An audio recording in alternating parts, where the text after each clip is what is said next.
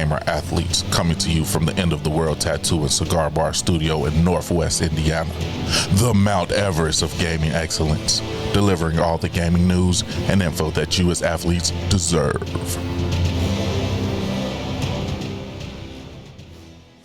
This is Gamer Athletes. We are your hosts, Chris Carr and Dan Martinez. How are you? I am good today. Today is a great day. We're going to have a great show. It's good. It's nice outside.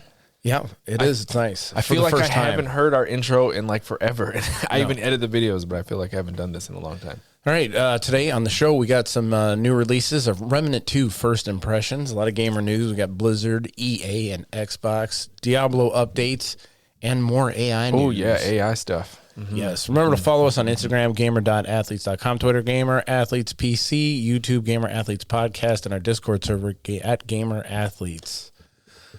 All right. That's a whole bunch of stuff. Yes, that is. Let's get into the fun stuff or whatever. Andrew Tate, the top G. Andrew Tate. Andrew Tate. Yeah, Tate out of jail. Am I saying that wrong? No. And Trump is might be going to jail. So, yeah, they got both top Gs. One's out, one's in. I'm going to jail. Pound me in the ass, prison. Pound me in the ass. All right. Another other thing, this is more game related. The Super Mario 64 1-star speed run. Perfect run. 1-star speed run. Yes, because they have different categories for the speed run. They have they have 1 star, and then they have like 16 stars. Okay. And then they have all the stars. Stars in the game. Yes. Okay. So this guy did it, and it was like the perfect run. And some people are speculating that the 1 star will never be beat after this. How long is it? I'm not sure. 6 minutes and 58 seconds. Really? Yes. That's how long it took him to get the 1 star? No, 1 star and beat the game. Oh. Yeah. Oh, shit. Yeah. Okay. It's quick. I see. Yeah, so how the fuck do you do that? Green Sweet, he did it live on his stream. So he had, quote, absolutely insane run. But yeah. One user said. Yeah. So that was pretty cool. Shoot, I can't remember the guy. Carl Jobst. No, is that his name? Who? He's a guy who does YouTube documentaries or whatever. Okay. Did a good documentary on this guy beating the speed run. Wow. That's where I got the story from. Carl Jobst on the YouTube. So Green Sweegie set a new Super Mario 64 speedrun record that is so impressive. See, and I like the speedruns. I like watching the speedruns. I like that. No hit runs. Any like challenge runs in video games, that's the kind of shit I go in for and I watch on like Twitch and that. So I figured that was worth mentioning. That's pretty cool. Let's get him on the show. Get it, yeah. Try to see if we can get him. I'll contact his people. Yeah, interview him about the speed run. Mm-hmm. Yeah, be like, how'd you feel there at the end? Did it feel good? Yeah, we could watch his video and ask him questions during the thing. Yeah, that'd be all right. That would be. Yeah. So if you're out there, hey, open invite to the show. Green Sweegie. Yeah, Green Sweegie on the Twitch. So anyway, here we go. Oh yeah, new releases. Tears of the Kingdom. So yeah, I watched the gameplay. Yes, I did. Okay, it looks pretty good. I secured a console. They seem to be everywhere though. It's so. The console seems to be everywhere. The console keeps coming back up. Oh, to pre-purchase. Bunch of eBay people. So the guy, the beat 'em ups, the guy that first had it and showed it on his channel. When he opened it and he turned it on, the patch itself, like it hadn't been patched since June of last year. So these things have been sitting around in a warehouse. So and then they said they ramped up production. Remember? Yeah. So that I think they produced extra amount of these consoles. Well, that's good. I mean, it's going to be a big seller. I mean, they got you. They got me. They got you. Oh, that's Switch number 3. Yeah. 2 kids and mine. Yeah. Yeah, so I think this might put Nintendo Switch back in the number 1. Wait, dude, back in the number 1 slot. Like, we'll get back up there. Don't worry. Yeah, we'll just put out a special edition Zelda Tears of the Kingdom one, and we'll just knock that number out of the park again. There are certain people on podcasts that I listen to that are big Zelda fans, and like you can hear the vein, and they're like, "Oh, I don't need another one." Fuck. Yeah, I know. That's no, you weren't like that. You just was like, I can't find one right now. Okay, you got it on Target, right? I got it on Target. Target.com. Because Best Buy was being weird. Yeah. So then I just went to Target, and there it was, and now it just keeps popping up. people we know are thinking about getting one. Yeah, was Best Buy being weird because a lot of people were trying to order that particular item? I think or it was just something with Best Buy? the login. It was being stupid. Because you weren't the only one that reported that problem when trying to buy that Switch. Yeah, the controller, can't find it anywhere. Really? No one can, Alex was trying to find it. Foot probably bought 5 of them. No. He's like, I have enough Switches. Like, give him credit on that one. Although, if he sees it in person, it might like push him over the top. Yeah. I'm excited about it. Chase like, that after horse. these 13, my oldest was like, oh, I was amazed at the gameplay. Yeah, the gameplay looked fantastic. They are hiding something. What, all the cocks you can make in the game with their... Oh, there's the fusion tool? Yeah, there's all that. Oh, no, they didn't hide that. That was way out on... Baby, Ultra Hand. That was way out there. When I get it, I'm going to try to crash the game. Yeah. Putting all this shit together. Will. It'll clip for sure. Like, it'll have frame rate issues. Yeah. So there's mixed reactions. People were excited. People were like, oh, it's just the same map. And they were like, yeah, they never hid that they were going to use a different map. They said it's an actual sequel. Yeah, but it has a lot more verticality in it now with the floating islands. So you say verticality. There's no way, like it's in here in the notes, there's no way they spent 6 years to make a game and just sprinkle little things on there. There's no way. No, my they probably guess, are hiding something, yeah. There's a whole underworld. A lot of Zeldas have dark worlds, overworlds, and underworlds. Yeah, like I've said before, it's the children's version of Elden Ring. So, they're going to have underground stuff in there. Yeah, I know that gets you right. So, there's a power that lets you go straight up and come. So, they're thinking that if there's a ceiling. You go through the So, roof, if you're underworld, you can that's how you get out. You don't know where you are in the map. Pop. And there's coordinates. Now, if you look at the map, there's latitude, longitude, there's X, Y, and a Z. Oh, okay. So, you can be like, okay, I know where I am on the overworld, so pop up. Yeah, I could see that. That shit's happening. There were all the shrines and stuff that kind of went down onto the ground before. They might have just expanded on that idea. That's actually pretty insightful. I think that's my guess. And I love that transition when they knocked him off one of the Sky Islands. Yeah. Skylands. Yeah. And it didn't transition. It just kept low. Straight down. It looked really good. You'll see how that runs on everybody's Switch when it comes out, if we have any issues with that. But I think it should probably run fine. Nintendo's pretty good about, especially as a Zelda game, is pretty good about beta testing their stuff internally. Yeah, they have that quality, the Nintendo seal of quality. Right. That they still they don't do that step anymore. on that shit. Yeah. Do they? I don't think I see it on their games, but they take their time. When you buy their own published games, they take their time with. Right. But, oh man, I can't wait. Yeah, I don't know. It looks good. I will get that for sure. I played the last one, beat it. Like I said, it drug on a little bit too long for me, but they made all the items in your inventory have a use possibly. Yeah, that was cool. I thought with the eyeball jellies or whatever. Oh yeah, the eyeball, that heat seeker, and then the freezing the jellies or whatever that do different things. That's cool. I mean, that'll change up the gameplay a lot too. I would sell those things all the time. Yeah, they didn't really. The jellies were useless. Yeah. So I would go ahead. No, that I don't know. It's just a good idea that they did and went and expanded on some of those things. Oh yeah, that's why I said 6 years, and they just added some Sky Islands. No way, dude. Made a lot more versatile. I hope they really mess us up and like Zelda's a playable character for a section of the game. Huh. Not sure how that'd be. That would be weird. Yeah. I've never played it as Zelda before. Right. Well, there's a version of was it Hyrule or Hyrule Warriors? Hyrule had it. Hyrule Warriors. So you can play as her. Right. And all the internet pointed out how she's a thick Zelda. So everybody's like, oh, like there was pictures of Zelda's ass all over. Hey, you got to play to the crowd. They like freeze framed all these cutscenes. I was like, Jesus. Yeah, she's like 40 years old now. Yeah, she's old enough. Right? Yeah, she's of age. Yeah. She got money. She's a princess. Yeah, she got that BBL. Whatever, She's got a dude that keeps trying to kidnap her, but yeah. Well, hey, maybe that's why he's trying to kidnap her, because she's thick. That's my shit. Yeah, Ganon. Old Ganon. Oh yeah, getting up to his wily ways. Ganon himself is weird. He is the only male in a clan of women, like the Gerudo. The Gerudo are women, and he's their leader. Think about that. I don't know. I haven't really thought about it too much. I'm not a big lore guy. You're not a big Zelda I'm lore not a guy. lore. Okay, No, I'm not a lore guy at all. Right. There's some Zelda lore in this that people are speculating on, which I need to look more into. The Zonai. Yeah. Yeah. So I'm gonna go into that. My boy is constantly telling me about Elden Ring lore that he's like watching YouTube videos about or whatever that people speculate about. I'm like, I don't even know anything about that. The game's just fun as shit to play, and I keep going through it. I've watched Elden Ring lore videos, and fuck, some of them I don't even know what they're talking about. It is speculating. Like, what are you saying? I mean, I do enjoy watching a video like that here and there, but you know, I'm not gonna go around the game searching for that shit. I'm just gonna go through and try to beat the game. You know? Yeah. Yeah.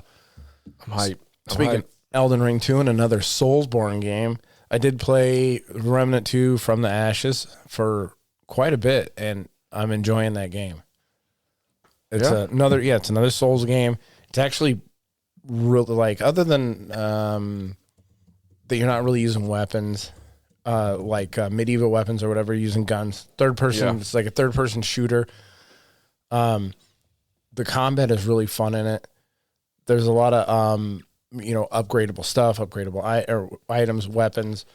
You have the rings and everything that give you more power. And the cool thing about it is every time you load the game up, a new game, that is, it procedurally generates. So you get a seed specific to you and that character so that each playthrough that you do in that game is going to be different. Yeah. The mobs are different. Not your general world is mobs. It melee combat? There is some melee combat. You do have a but the melee combat's kind of not so good. All right. But the gunplay combat is real good. You can like light your gun on fire and like shoot like flaming bullets at shit and catch them on fire, and it does fire damage to them. So there's a lot of good stuff. You do have iframes in the game, which I like. The rules. You have to have iframes. Have to have shoot. Some games don't have those iframes. If you're laming out the invincibility frames. Yeah. Iframes. Yeah. So when you roll, if you roll at the right specific time, you're invulnerable to an attack. Yep.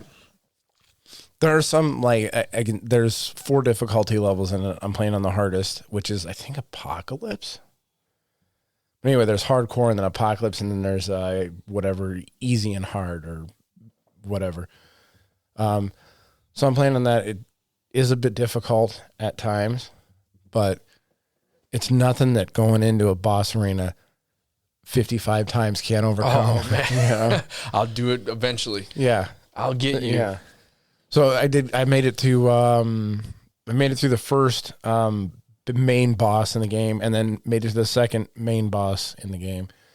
The first, and the one thing that this game does differently than like Elden Ring or typical Soulsborne games is they have ads in the boss fights.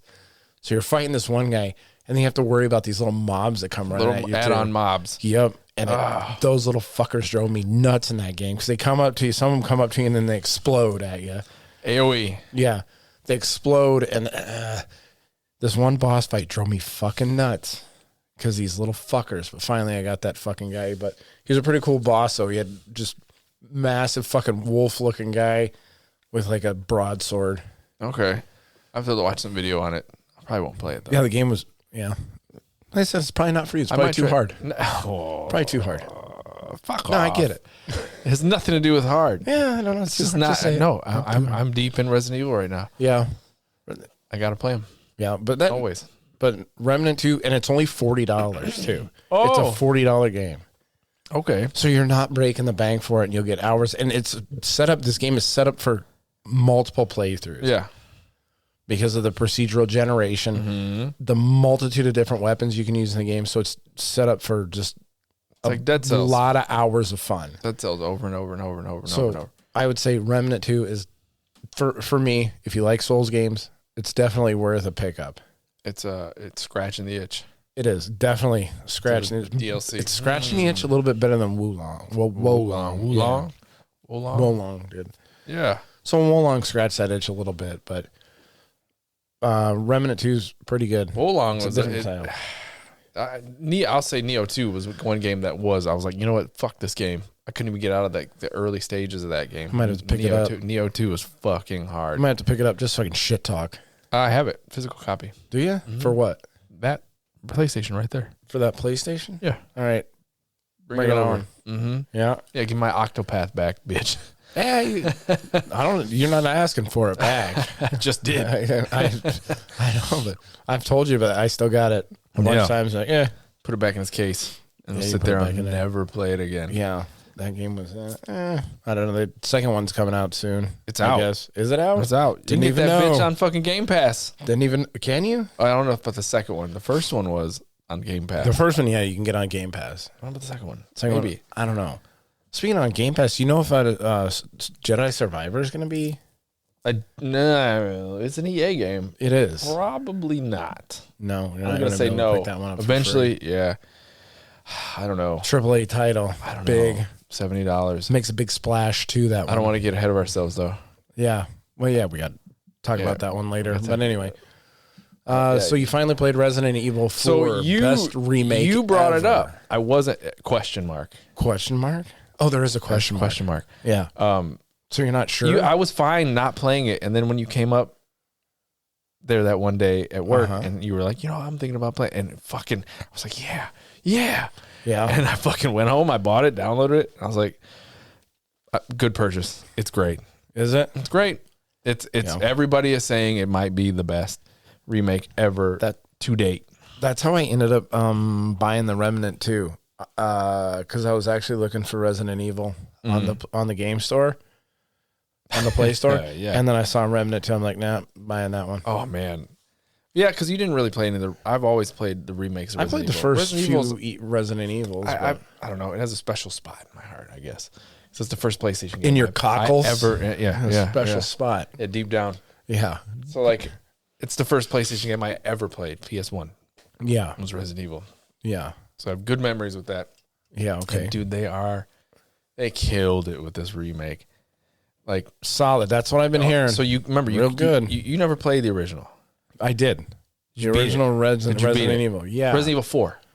No. Okay. I never beat that 4. one. So you couldn't run and shoot. Why couldn't you run and shoot? You had to stop and then shoot. This is the same thing with Metroid Prime Remastered. Metroid Prime, you couldn't run and shoot. You had to stop and lock on and okay. Right? Well, they've changed all that. Oh, so the now enemies you can run were and shoot. built around that. So the fact that you had to stop and shoot, they weren't now. So now that you can run and shoot, so these they motherfuckers are fast. Okay. So you got to keep moving, and you're always worried. But that is a huge quality of life improvement in a game to be able to run and shoot. It's a modern game, so they rebuilt it from the ground up. It's not. And what they did is they played on your memory of the game. So it is such a beloved game. People love it. People have played it annually, right? They play it every year. Anytime it comes out something new, they buy it, they play it. So they have this perfect memory of the game. So they fucked everybody. And we're like, oh, you remember this part? Yeah, this changed. Oh, that's good. So like you walk through over this bridge and like you're supposed to make it to the end, but now it breaks. That's you good. Drop so through a brand new game. It's not the same thing. It just kind of has some familiarity. They expect you to expect one thing, and they switch it, and it's really good. Yeah, that's an excellent way to go about doing a remake.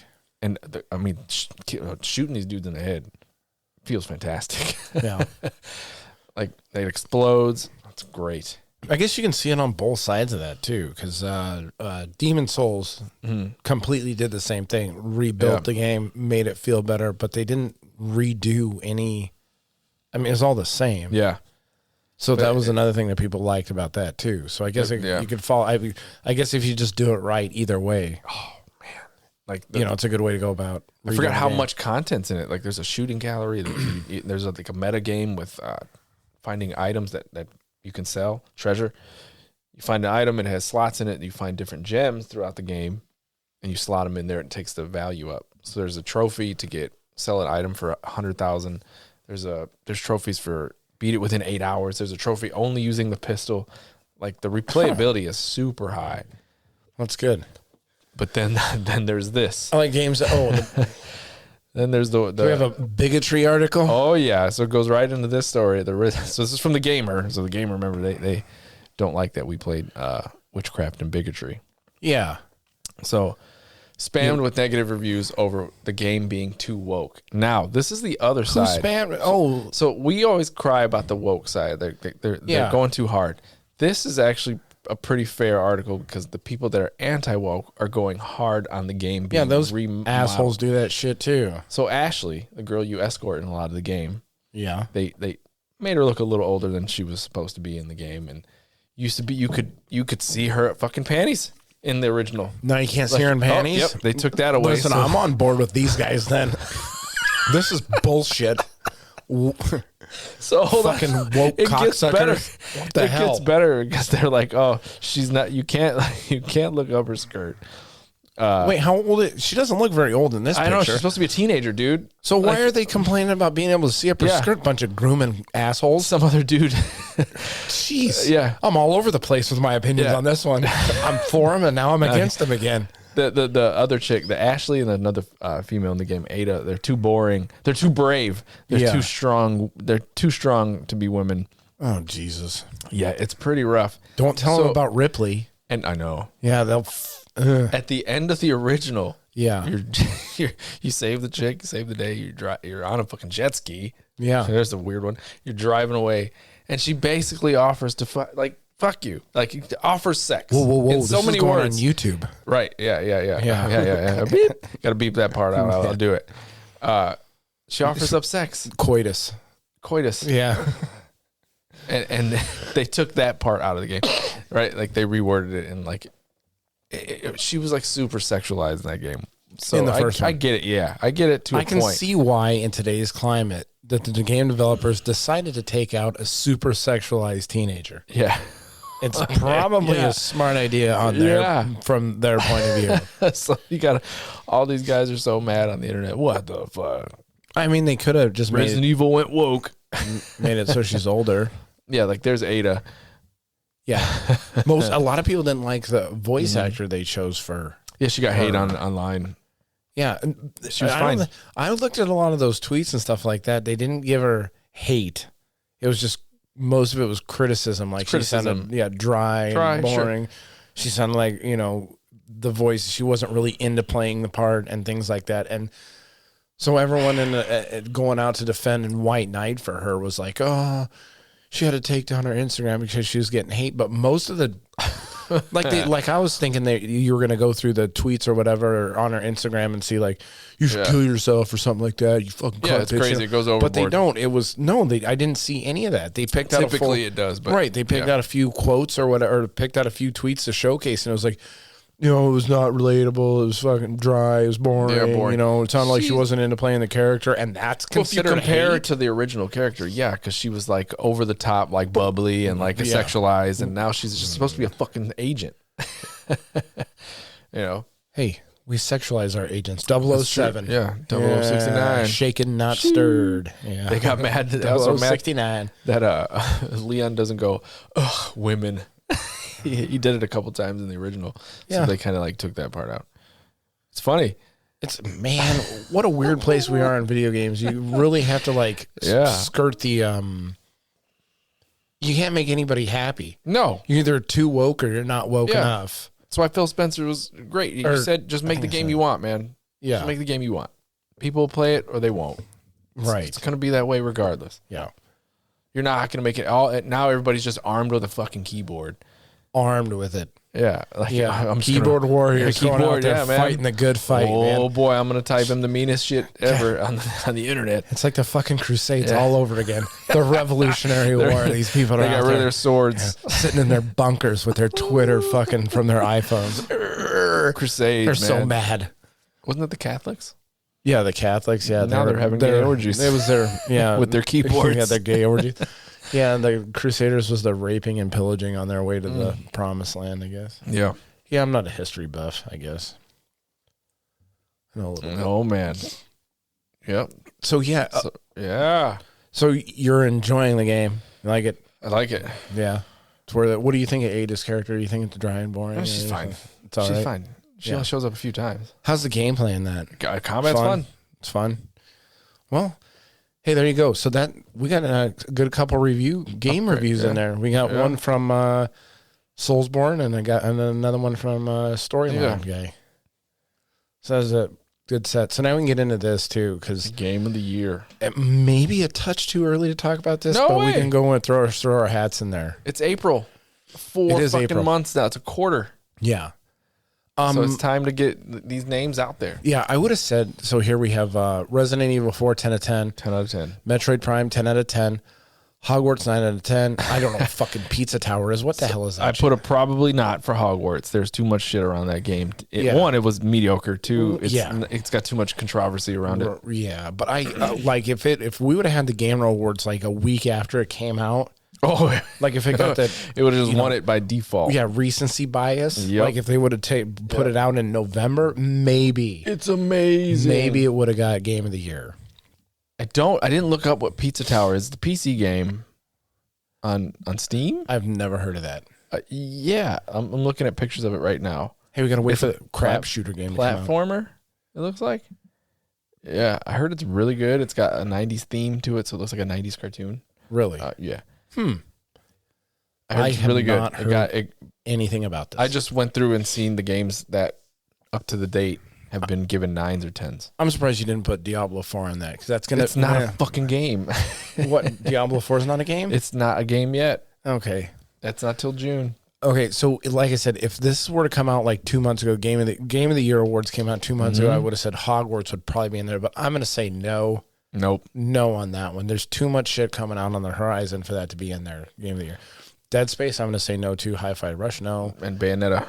The Bayonetta, it's a Bayonetta. It's got a subtitle too. It's like a that's isometric. That's a new one, right? Yeah, it's isometric on Switch. It's a second release. It's like a prequel to one of them. Okay. I don't remember. Right. They say it's good. I don't know. I don't really like the Bayonetta series. And I honestly, because they're older IPs, I can't see Resident Evil 4. Look at these three of these fucking games are remakes. Yeah. This is the same thing we talked about last year. Yeah. And we brought it up on the show before that most of the games that came out or a lot of the games that were the highest bought games or whatever too were a lot of them were remakes. Yeah. Reused IP. I mean, some of the IP is a good IP. There's no doubt about it. But like you're not doing a story again. You're just rebuilding a game. Yeah. Big deal. I mean, they're good, but a lot of people get to play them for the first time now because the younger crowds. Yes. Yeah. But I think the game after this has a better chance than the rest of these. And if it's good. Deadspace, I don't know. I didn't like that all that much. It was okay. I played quite a bit of it. I had really good memories of the original. So yeah, but I think for me, came out at the wrong time. One of the things I didn't like about that, which is maybe it's just a me thing, and it's a hot take or whatever, is that I don't know, the controls just felt kind of clunky in that. Yeah, you might be right. Yeah, he's heavy. He feels heavy. He does feel heavy, but you're supposed to. Yeah, I get that you're supposed to feel, but there's a difference in feeling heavy and then having like a fluid feeling in the gameplay and whatnot too. So you've only played 2 of these lists. 3 of these. You've played 3. Hi-Fi, Hogwarts, Deadspace. Hi-Fi, and Deadspace. Yeah. So I played 1, 2, 3, and I didn't 4, 5. Finish any of them. Yeah. I will finish Resident Evil, and I worked on Metroid Prime today. I'm going with Remnant 4 or Remnant 2. I don't even remember. That's your... No. I was going to say, it's got a fucking 6.2 user review on because people thought it was too hard. That's their hot take. Again, I think the game that we're going to talk about after this has a good chance. I think it does also. They're saying Jedi Survivor feels like the Empire Strikes Back of Star Wars video game. Yeah, and then we have a Kotaku, one of our favorite they always tell the truth. Yeah. But there is a 4-hour gameplay that you can watch online from people. Whatever. I watched a little bit. Yeah, no spoilers or whatever. But this and they talk about the fact that like the the bench you can change the color on your robots. Yep. You can change Cal. You can change the way he looks. You can change his facial features. You can change his beard. You can New systems, mechanics, and flourishes. Right. Ooh. Yeah. So if this thing is when I did play the first one, I didn't finish it. I got pretty far into it though, and then I don't know, life came up and I dropped it. But But you watched the end. No, I didn't watch the end. You said you watched the end on YouTube. Spoilers. What? No, I don't. No, I just never watched the end. What is it, Darth Maul or whatever? No. Who's in the end? Spoilers. You can spoil it. Now Spoilers. the game's 3, 2, 5 years 1. old. It brings Vader into it. Oh, okay. And there's a huge fucking scene. No, didn't watch it. It's fucking amazing. Maybe the fact that they kept it secret, no one knew until people started getting to. Even after people were beating it, they were like, "Holy shit!" They were just go beat the game. Yeah, and it is amazing. It's like the way Rogue One has that scene with Vader at the end. Yeah, it's fucking as good as that. It might be the same. I might have to pick that game back up. It's good. I could probably jump right back into it. I still got my save spot. Somebody I know just Googled the end and they were like, a guy at work, Ben. He just Googled the end of it and he's like, oh shit. Because they put a lot of like expanded universe characters in there and they did a really good job. And interesting stuff. So anyway, if this game is as good as the first one or better, if it's better than the first one, as good or better, it'll be the number one contender as far as I'm concerned. Out of that list we just said, and the game looks good. It's got like a little bit more open world elements from what I saw, but it still has like the legacy dungeon kind of stuff to it. It has they address some of the issues with like some of the puzzles or whatever being a little bit more difficult. It address some of those issues where maybe not difficult. The puzzles, the wonkiness of how you moved around the environment. They address some of those things. So this could, you're right. It could be a contender, even though it's a sequel, which sequels generally don't do so well. I don't know, man. Halo 2. Halo 2. Yeah. Assassin's Creed 2. There's a lot, though, coming out. That's what I mean. Like, if you go through the list, there's going to be this. Diablo might contend if it ends up being a solid package at the end. We love it. Diablo 4 is going to be fucking great. But like that's my opinion. Hot take. This, Diablo, Tears of the Kingdom, Starfield. If Starfield ends up being a banger, we don't know. Like, it could revolutionize some stuff. Yeah, like, that could we be don't in know. there. Like that, but these are big. Like, we're talking AAA mega sized games. Yeah. So I don't know. Those are the big four I think off the top of my head. What, Diablo, Jedi Survivor, Tears of the Kingdom, and Starfield. Yeah. Then I can't think of anything else big that's coming out later. That's what I mean. Yeah. Those are right off the top of my head. Like, that is the possibility. Fuck, I want to play a Diablo. Yeah, I know. Me too. I cannot wait for that to come out. Man, I cannot wait to actually start getting trophies for it too. Like, I want to see. I love seeing what the trophies kind of like shit they have in there. I'm gonna be upset that I put all that time into it though, and then I'm not gonna get my character back. I don't know if that's confirmed. I'd have to look that up.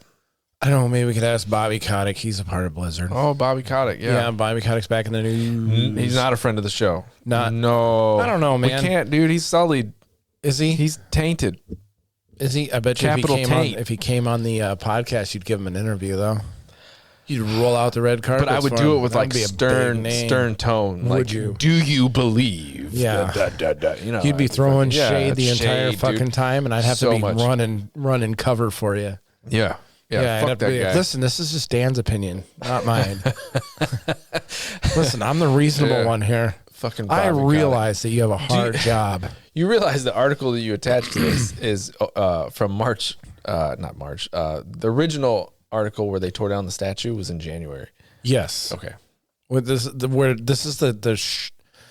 because this goes into like because the threat, quote unquote. Yeah, because I pulled up an older article, but there was new stuff that came out about the story, and that's about NetEase and their blocking of like World of Warcraft and stuff. Yeah, all Blizzard games are going to be blocked. Yeah, because of a deal gone bad, according to a threat. So this is according to the New York Times sources who have claimed that the simmering tensions between long-term partners over license renewal came to a head during a conference call last October. During the conversation, which was concluded at the time through translators, Activision, and this is because this is where they got into the language barrier or whatever with the terms. It kind of fell apart. Yeah. Activision executives reported they felt that NetEase CEO William Ding had threatened to sway the Chinese government to either block or support Microsoft's proposed acquisition of Blizzard. So that's like a huge thing for you to misunderstand. Whoa. Lost in translation. The thing, and you're gonna threaten that deal. Fuck you guys. The Chinese government's gonna step in. Yeah, during the time too, it was like people? super eggshells too. Like with the acquisition, like it's more secure for Microsoft now than it was in January. Yeah. Like they were really worried they weren't going to get it in January. So fucking somebody threatening that kind of especially someone someone with to lobby the Chinese government to to grease the wheels on our politicians a little bit. So and it's China, so it can happen. Yeah, China's got a lot of expendable income. I think they got a lot of money over there. I know this goes into multinational politics, global economics. Yeah, global politics. I don't know nothing about that shit. So, and then, I got dogs. Oh no, never mind. They don't like Bobby Kotick. This just links back to the original New York Times article, which I cannot get because you got to subscribe to everything nowadays. Yeah. So that's why I had which one? The Chinese when they pull down the no. Well, this is just the source. Or whatever for this article. Because New York Times, you said? No, this came out on the 29th of March. New York Times wanted... So this is a new one. So then I wanted to get the link to the original article from the New York Times. So I went to that. And I put it in there. But then when I was going through show prep or whatever, I realized I can't open a New York Times article. So they were pretty mad, though, when they tore down that fucking World of Warcraft statue in China. Because they were like, all right, well, fuck you guys. I don't even want to see this. Like, I don't want to be reminded of my World of Warcraft character that's gone. I know. Holy fuck. Yeah, and that's a big game too. I think we should start characters in WoW and stream it. Start characters in WoW. And stream and get and pick a level that we will stop. I can't do that. I would probably be gone in that game. Your head's not shaved anymore. It's fucking just growing out. Yeah. Like fucking KFC double down fucking crumbs all over my shirt. You haven't been to work in like 4 days, Need dude. a fucking intervention. Yeah.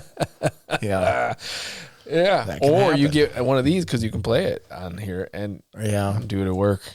No. Because fucking oil basement. Building would be crumbling around our ears. What the fuck are my boosters? Yeah.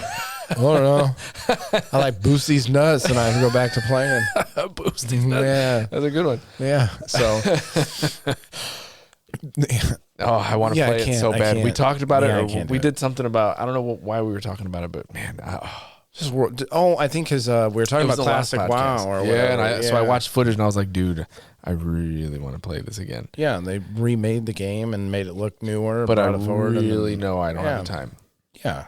I can't play, finish a 16-hour game. That's a pretty, you got to be dedicated to a MMORPG. Let's just get to level 20. The one thing though that let's just get to level 20 and quit. The one thing that I know that World of Warcraft did though was they made it so it was accessible for someone who doesn't play all the time. Yeah, it's really good. Like there's a lot of MMOs that you have to be there at the keyboard all the fucking time. Free to advance in that game. Bonus to get you to the level cap. Yeah. So you can do the end game content. Yeah. So that's one thing. Kudos to Blizzard for doing that with World of Warcraft and making it. That's why it's the biggest MMO ever. Yeah. Is because they made it accessible to a lot of fucking people. Yeah. Which I know that's what angered all the hardcore MMO people at the beginning. Well, when it first came out. It's not going to be EverQuest. It's not going to be all that, whatever. So people like to have they're dedicated. They like their big dick gear items in there. Dude, man, it's a giant now. Yeah, it's super fun. So we got to do it. Yeah, shoot. No, I'm not going to do that. Damn it. I'm not going to get into playing an MMO. So E3 is now officially canceled. So was it the first three, the big three, Nintendo, Xbox, and PlayStation? From the jump, they said. Well, because the last E3 that was in together, was in a public location, and this is together pre-COVID. It's 2019. Yeah, pre-COVID. In 2019, Sony wasn't there. No. Nintendo wasn't there. The last time Nintendo was there, I think, was for Breath of the Wild. What was I think that? that was the only time they 17? had. Yeah. 2016, 2017. Yeah. Probably 16 because it came out around then. So that was, and then Nintendo started doing directs, their videos. They just put that shit out. So yeah, that's what everybody. Sony backed out, and then Microsoft said, "Yeah, we're not gonna." I think they were the last big publisher to have a presence at E3. And because even EA bounced a long time ago, they were doing their shit outside of the convention center in like a parking lot. So then you had the big three backed out. Yep. And you had Ubisoft backed out. Well, Ubisoft, yeah. Well, yeah. They backed out early. And then Sega backed out. And then Tencent. yeah, and then they decided to this just isn't going to work. Yeah, I mean, nobody's there. The party. So nobody ever even really committed, is what some of these people on podcast I was listening to. They said that people that were part of the ESA or part of ReadPop, who they partnered with, and they said nope. It was kind of like everybody's like, so are you going? Are you gonna go? I don't know. Are you going? I'll go if you go. Like, but nobody ever committed to the deal. So concerns over E3's 2023 future is continuing to grow. So after more publishers dropped out, Nintendo, Xbox, Sony, and Ubisoft, IGN has learned that Sega and Tencent will be skipping the E3 2023 amid rumors of a promising triumphant return to the gaming's biggest event may not happen after all, which now we know has been canceled. Mm-hmm. And the thing about this is like that's when I was younger, like 20 years ago, E3 was huge. It was huge. Yeah. Which it went through its growing pains early on too, because like I've said before, it's a trade show. It was made to sell games to retailers, so it was media and retailers only. Recently, it was public event, but us as consumers of games, it was always publicized. So once the gaming journalism world got big, right? So it gave a chance for all these publishers to show everyone their game. Right. And now, great. Now you have like, you have the Xbox showcase, you have the PlayStation, Bethesda. What is it? PlayStation Direct. You have all these games. So it's kind of an antiquated thing to have. It's an antiquated thing to have a convention. Yeah. It's a good idea to have everybody announce their new shit at the same time because you have everybody's eyes. Yeah. Right. So you want to do it around the same time because since, you know what, I have both systems, but I only buy Sony games, but Microsoft's coming up next. I might as well watch it. Right. So like that's the goal. Right. Yeah. Sure. But like most people just sit like, yeah, I'll watch this part. And even like developers, you won't necessarily even pay attention to. Maybe they put something out that's really good. It's just a way to get your attention. I get everything for the Xbox. I like the peripherals. But if there's but if there is a game that's exclusive to Sony, Bloodborne, God of War, I will step in and buy those. But anyways, they say this is a difficult decision because of all the effort we and our partners put toward making this event happen. But we have to do what's right for the industry and what's right for E3. We appreciate the understanding and interest. Companies wouldn't have playable demos ready and the resources challenging made being E3 this summer an obstacle they couldn't overcome. For those who didn't commit to E3 in 2023, we're sorry we couldn't put on a showcase you deserved and that you have come to expect from ReadPop Events Experience. So like I said, it just seems like in this space, and you can save a whole lot of money just putting a video up on YouTube and putting your shit out. That's what Nintendo did with their just their recent gameplay that they showed of Tears of the Kingdom. Well, it's done in LA too, so the amount of money they were spending for the venue itself was outrageous. Ridiculous. Probably, yeah. ESA was they were charging. They should have had it in Oklahoma because ReadPop runs PAX. PAX East just happened. PAX East is huge. It's always good, right? GDC just happened. Game Developers Conference just happened. And that goes off well, right? Yeah. So they have all these events that still do good. It's just E3 was just so much money. And I don't think we're hearing a lot of stuff that happened between the ESA and each publisher. I think the ESA was up to some shit. We need to have a TAPS sound on the soundboard for Night. Yep. But you got Later. Summer Game Fest is coming. It's Jeff Keighley. Jeff Keighley does the Video Game Awards. He has a Summer Game Fest. That's coming. That's June 8th. Yeah. And then June 11th. Are they all committed to going to that? No. June 11th is Xbox Showcase. Yeah. June 12th is Ubisoft's Showcase. So they're all doing their stuff in the week within each other. So the media can broadcast their stuff, but and put it out. That's they're not together. It's going to be a big week for gamer athletes there. Oh, yeah. Yeah, we're going to have a lot of news. We might have to do 3 or 4 podcasts during that week. Yeah, might have to take a vacation week and just put out the content. June 8th. I wonder how Summer Game Fest is going to go. It's, like I said, it's Jeff Keighley's. Hey, we should. I think Ubisoft, that was what they announced. They said, yeah, we're not going to E3, but we're going to Game Fest. Yeah, E3's like, somebody was. Sons of bitches. Yeah. Like, damn it. Did you know that? Yeah.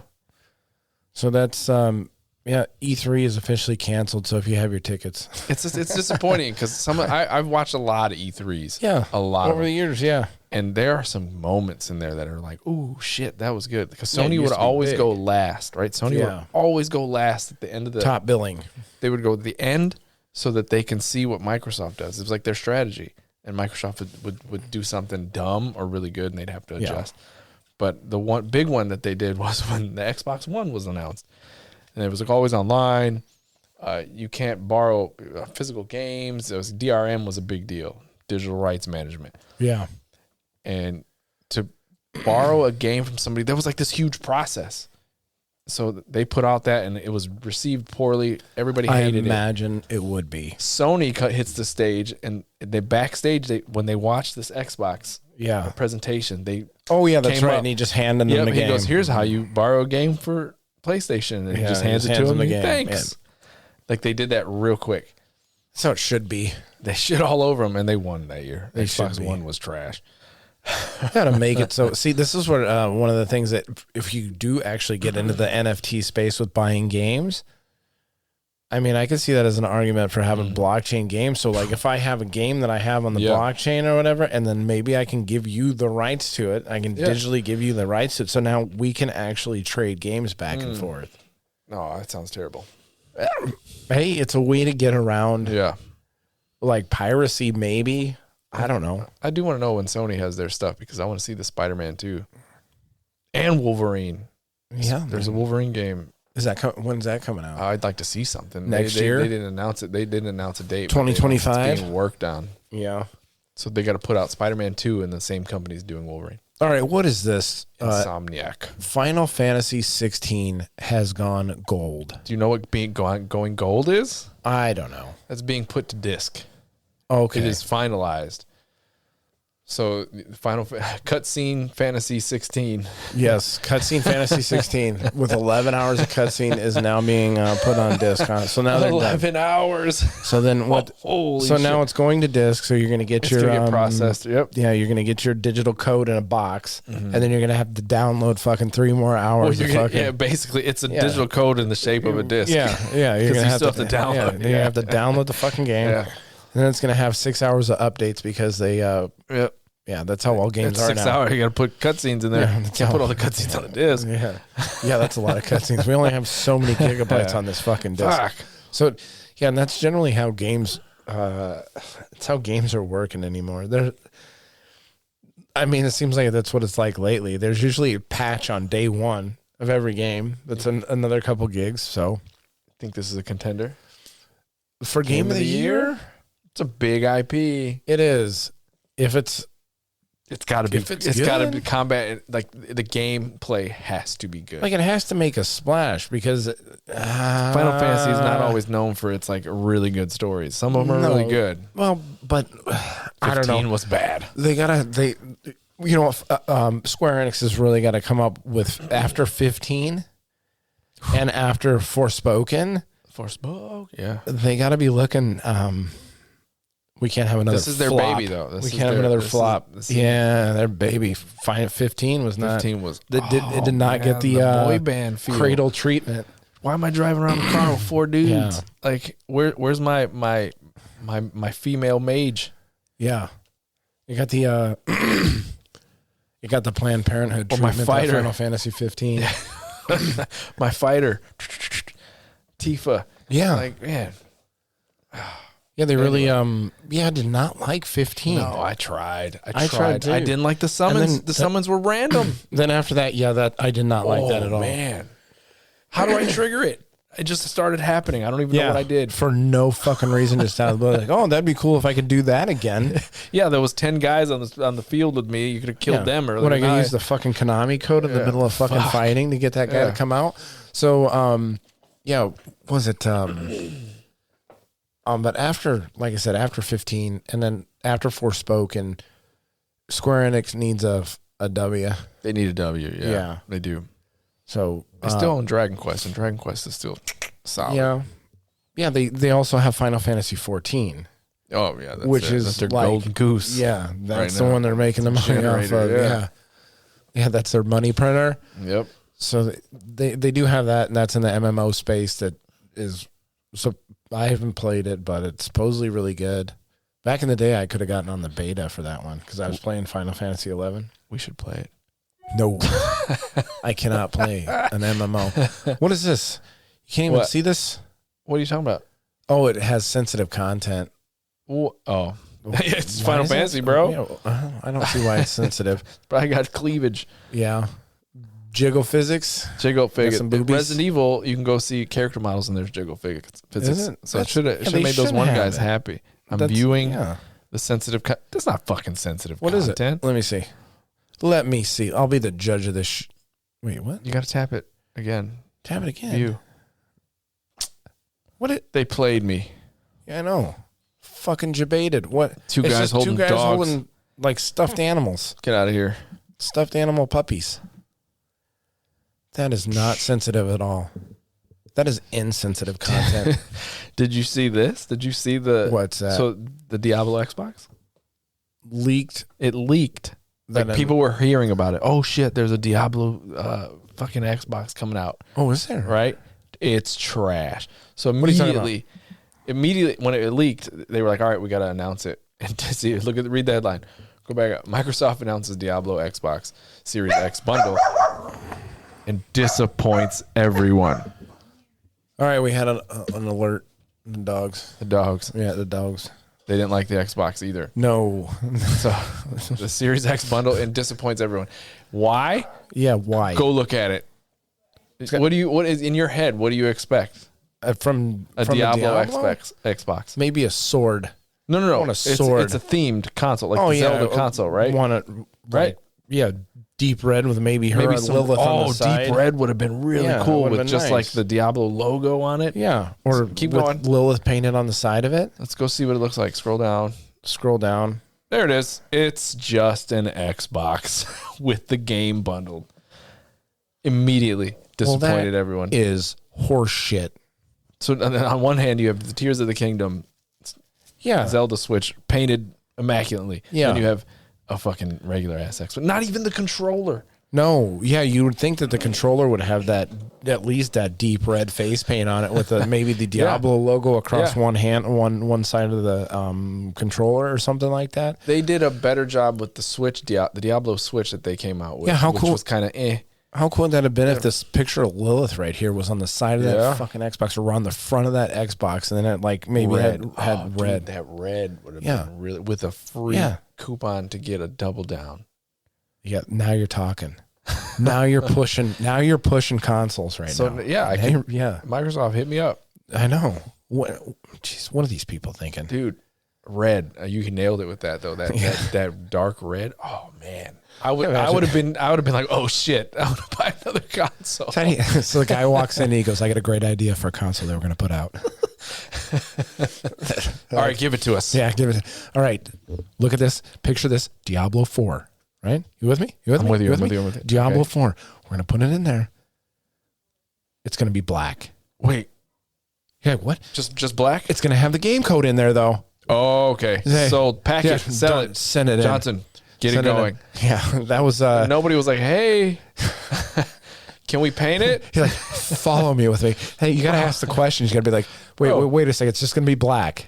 Yes. But you're not following me. Got the game. Following me. The game is in it. Yes, the game is in it. Are we going to do anything with the controller? No. No, the controller's just going to be your standard Xbox controller. So what are people getting when they buy this Diablo bundle? They're getting the game. The game. Well, Lilith's pictures on the box. Not the Xbox, but the outside box. It's so dumb. Actually, I say, who keeps the box? And I got 2 Xbox boxes over there. My PlayStation box, since it was such trash, like it's so thin and paper thin, I got rid of it immediately. I will tell you that. Xbox does really good with their packaging. Yeah, they took a book out of Apple's page. Yeah. A page out of Apple's book. A book out of Apple's page. They took a bite out of Apple's apple. But not even like include a D-brand stand. Like, hey, just call D-brand and tell them to package a fucking red skin in the box. Yeah, they should have done. I mean, do you get anything else in the game? You get like the gold version of the game at least. You get the expensive version so you can play 4 days early. I mean, that would have been something. A demonic disappointment. That's pretty good. Yeah.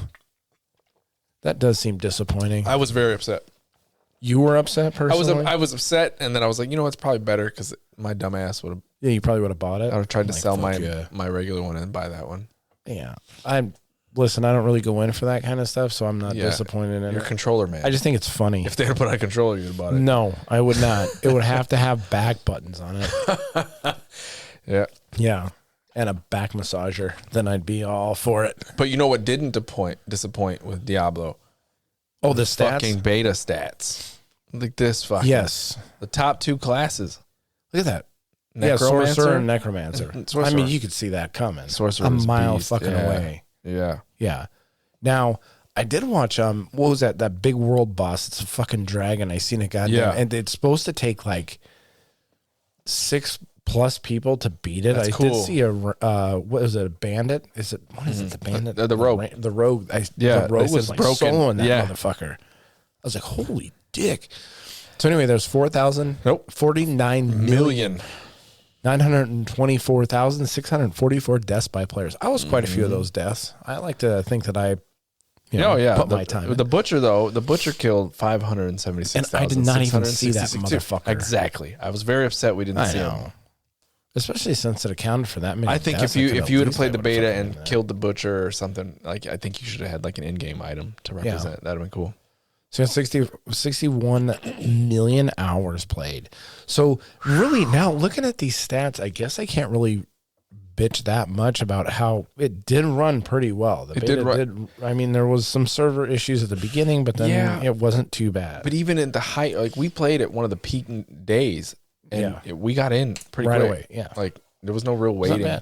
And I did love, like, it was so cool to walk around and see fucking other people in the game with those little MMO. There's been some sprinklings of late how they're doing a really good job of overlapping that. Again, I nitpick the UI. Overlapping what? The MMO space with the action RPG space. Yeah, that's cool. I think I like it. Yeah. This could be a contender for Game of the Year if it's done right. Yours. If it's done right. Oh, I'm excited, dude. Every time we talk about it, I'm like, oh, it's gonna be the shit. It's a fucking hype game. I mean, we're gonna have hours and hours. I'm tempted to buy it for this right here because then I could play at work. Yeah, might as well. Might as well. I'll buy 2 copies. Yeah, and Diablo needs a W after Diablo Immortal.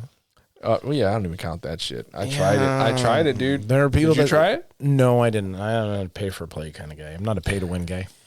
Yeah, it's pay to win. Yes, definitely pay to win. It's free to play, but if you want to have anything decent, fuck all that's a giant cash cow. They're sucking in the whales on that one. Oh yeah.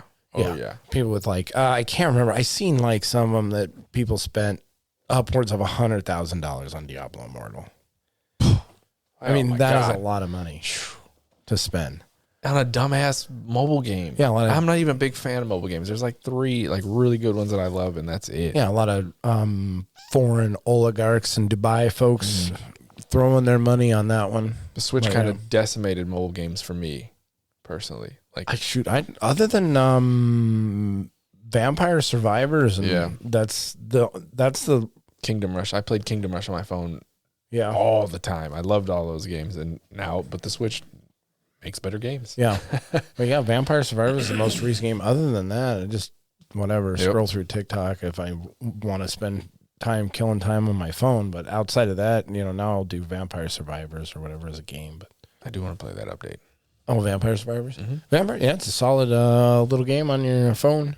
So I enjoy it.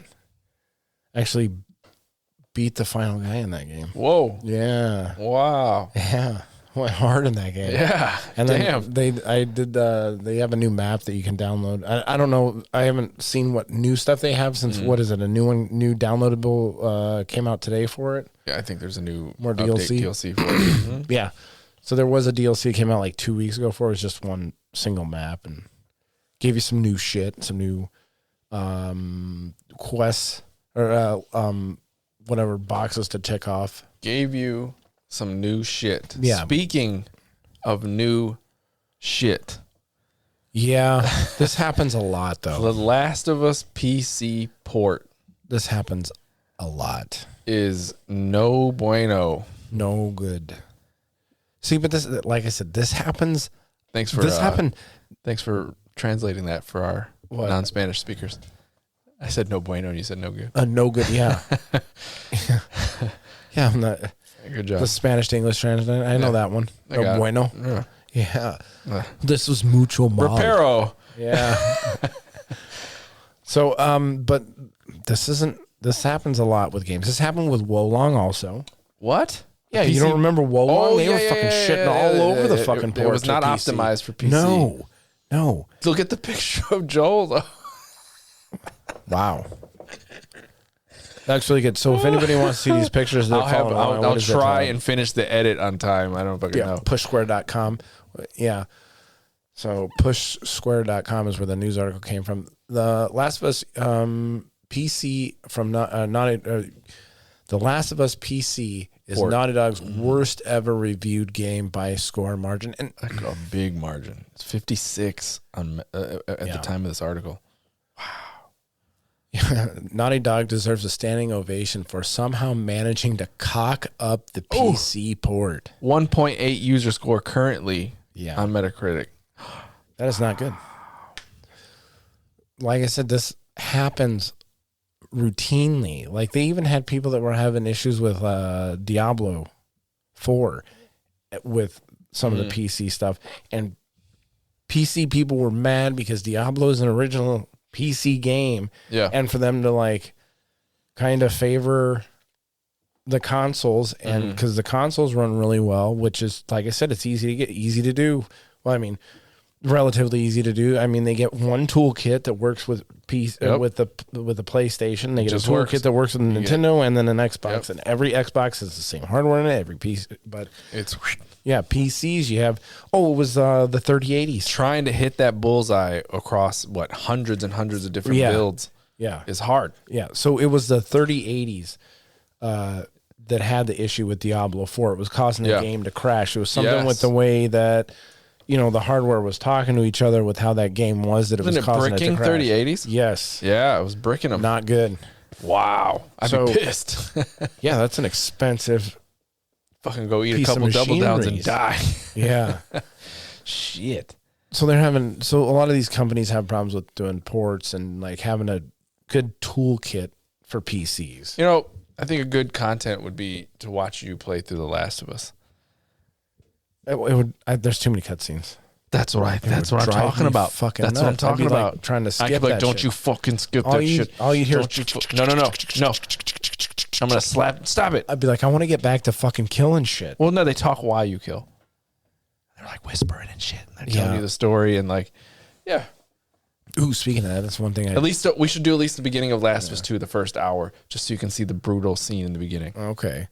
That's the one thing I didn't like about the Remnant, the Remnant 2, is you're sitting there fighting shit, and like your character is fucking running its goddamn mouth. It's like, oh, I got him, you bastards. And it's like, just shut the fuck up. I don't need to hear that shit. Yeah. So there is a little bit. You're taking away my flair, which brings me to something that somebody made a good point about games like Zelda or Elden Ring or whatever. Zelda, not as much, but where you're self-inserting yourself into that. Zelda's a little bit less because, Link but he doesn't talk. No, he just makes a couple sounds. Yeah. And that's how Elden Ring is. And people appreciate that in a game where you're not playing someone else's story. You're making it your own fucking story, which helps immersion. Yeah, the immersion is maybe broken that's why when I don't that like motherfucker doesn't shut up. Yeah, like Cock of War. Maybe that's why I don't like that, because you're sitting there playing through the game and you're just, okay. Well, that's the story I want to be told. I'm watching Kratos' movie, and here and there Yeah. I get to fucking kill some shit. But it like Horizon, the Forbidden West, like like they had to patch down her talking. That is Her idle terrible. chatter was so bad they had to patch it out. Maybe they'll do that for Final Fantasy 16 when it comes out. They'll have too many cutscenes, and they're like, all right, we're going to patch out some of these cutscenes that don't mean anything. They patched out the flu traveling system in Hogwarts Legacy. The what? You know, when you fast travel in Hogwarts, Yeah. and that chick would always say, "Oh, I invented flu powder." or Oh, whatever. yeah, Like, that was she talked fucking annoying They as patched fuck. it down so she doesn't talk as much. Yeah, she shouldn't say anything. Yeah. She shouldn't say a fucking word. She's a goddamn wall hanging. I was like, "Oh my god, she's always talking." yeah, that's one. Yeah, like I said, there's shit like that. You know, as long as yeah, it sucks when you have to click a button and then you have to listen to something happen. Like, you know, like what is it, Skyrim? At least some of the shit was kind of funny when you're walking by and the goddamn NPC says the same shit over and over again. Yeah. But it's passive. You're running by the guy. You're not. Almost, if we could do this, if this was our full-time gig, man, I would love to come up with a list of the most annoying protagonists that, like, Hey, over we talking. can tier list that. Like, yeah, Yeah, we can tier list most annoying shit in video games. not shit, protagonists. Oh, the ones Like, that are annoying talking. things in video game is different than Yeah. like just No, I get. I see what you're protagonists that saying. just don't shut the fuck up. and Yeah. you wish they would. Yeah, There's the title. yeah. Trying to think what's one that's like really up there for me. Fucking Aloy. Yeah, Hogwarts. I didn't play that. Yeah, Hogwarts. She talked You're all right. the fucking Like time. every time you went back to fucking the town Hogsmeade. Yeah. Yeah. Nothing feels better like home than Hogsmeade. It's like just shut Shut the up. fuck up. Just shut up. You know. Yeah. If That's like yeah, I don't feel that way. Yeah, I don't go into a grocery store and I'm like, back to the grocery store Yeah. to get my food. Like, just I don't fucking know. Broke my immersion. Yeah. I think that's I don't know, one thing that maybe video games should like not do when you have yourself inserting yourself into that character. Yeah. Basically when yeah, self-inserting phrasing. So anyway, but you're inserting yourself in that character, especially when it's a character that you get to make, you get to design, you get to build, you get to pick, you know, whatever. That becomes your story.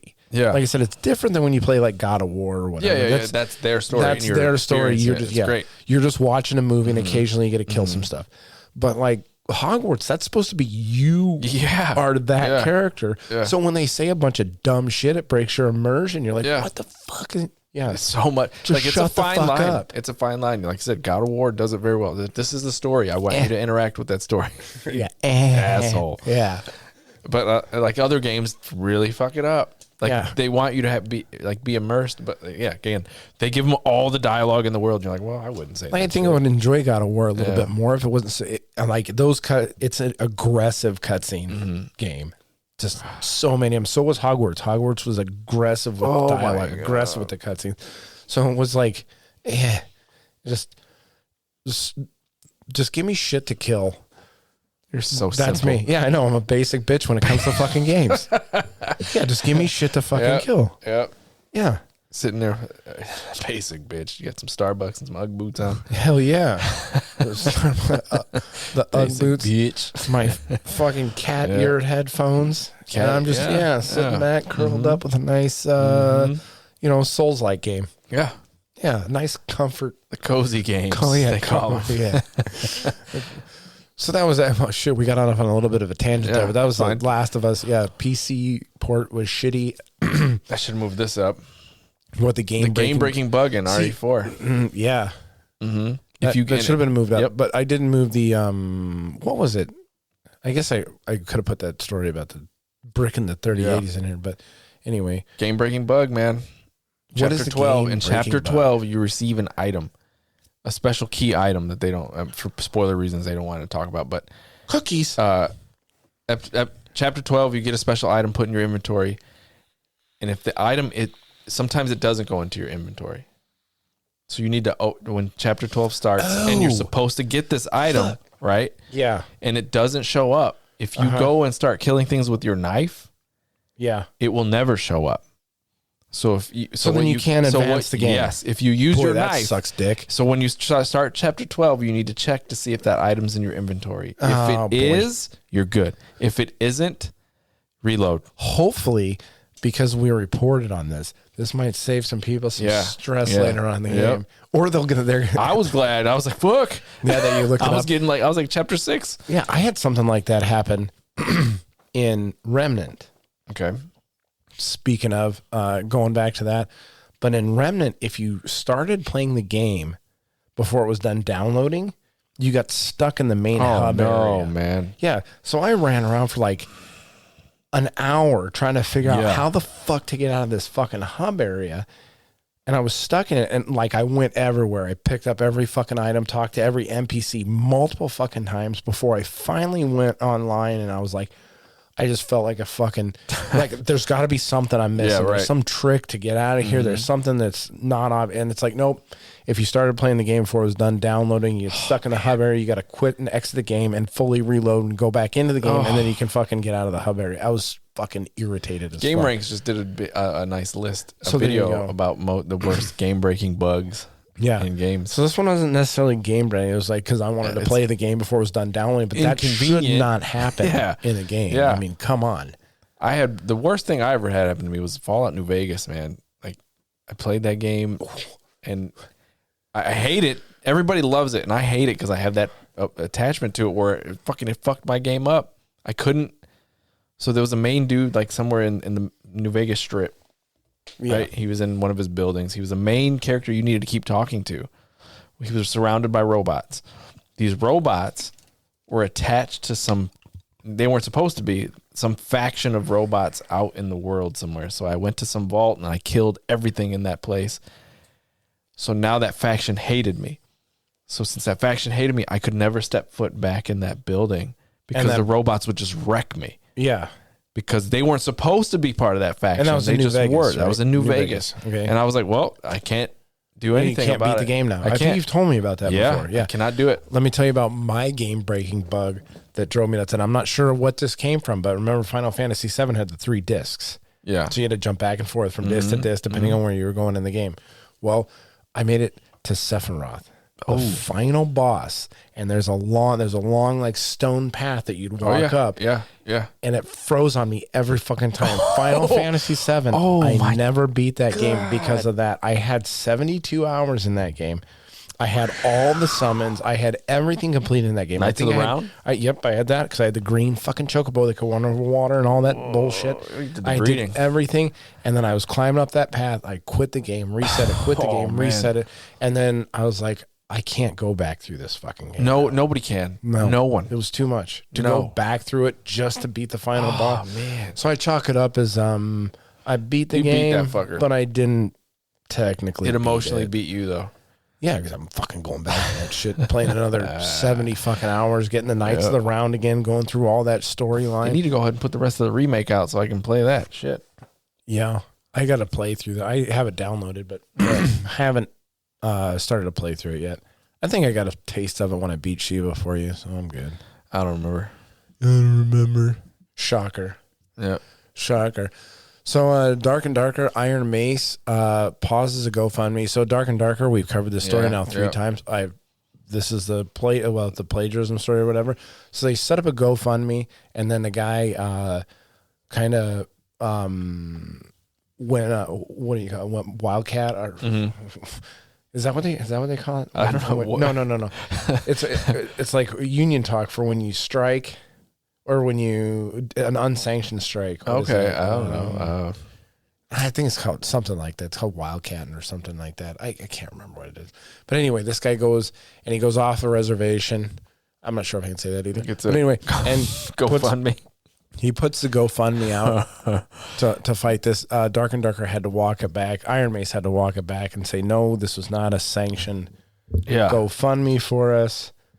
And then they made $46,000 in an hour. Yeah, a lot of people like the game. Wow. This is a beloved IP right now. Wow. Dark and Dark people are mad. We aren't a big ass off. studio. No. So but I think they did reissue the GoFundMe. Interesting. It'll make money then. Yeah. just to fight their legal battles against Nexum. Yeah.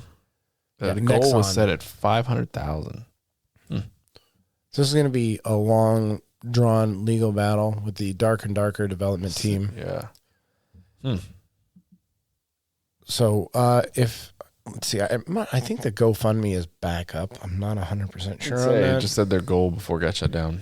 It's 500K. And they did issue a pretty big apologies. Our bad. A pretty big apology that they had, one of their guys go out and do this, because it was talked about. They did talk about it in a meeting that they might start a GoFundMe to help them with the legal bills that they're going to incur from fighting Nexon, which is a huge company. Yep. So they did talk about it, and then the next day, the guy put it up there.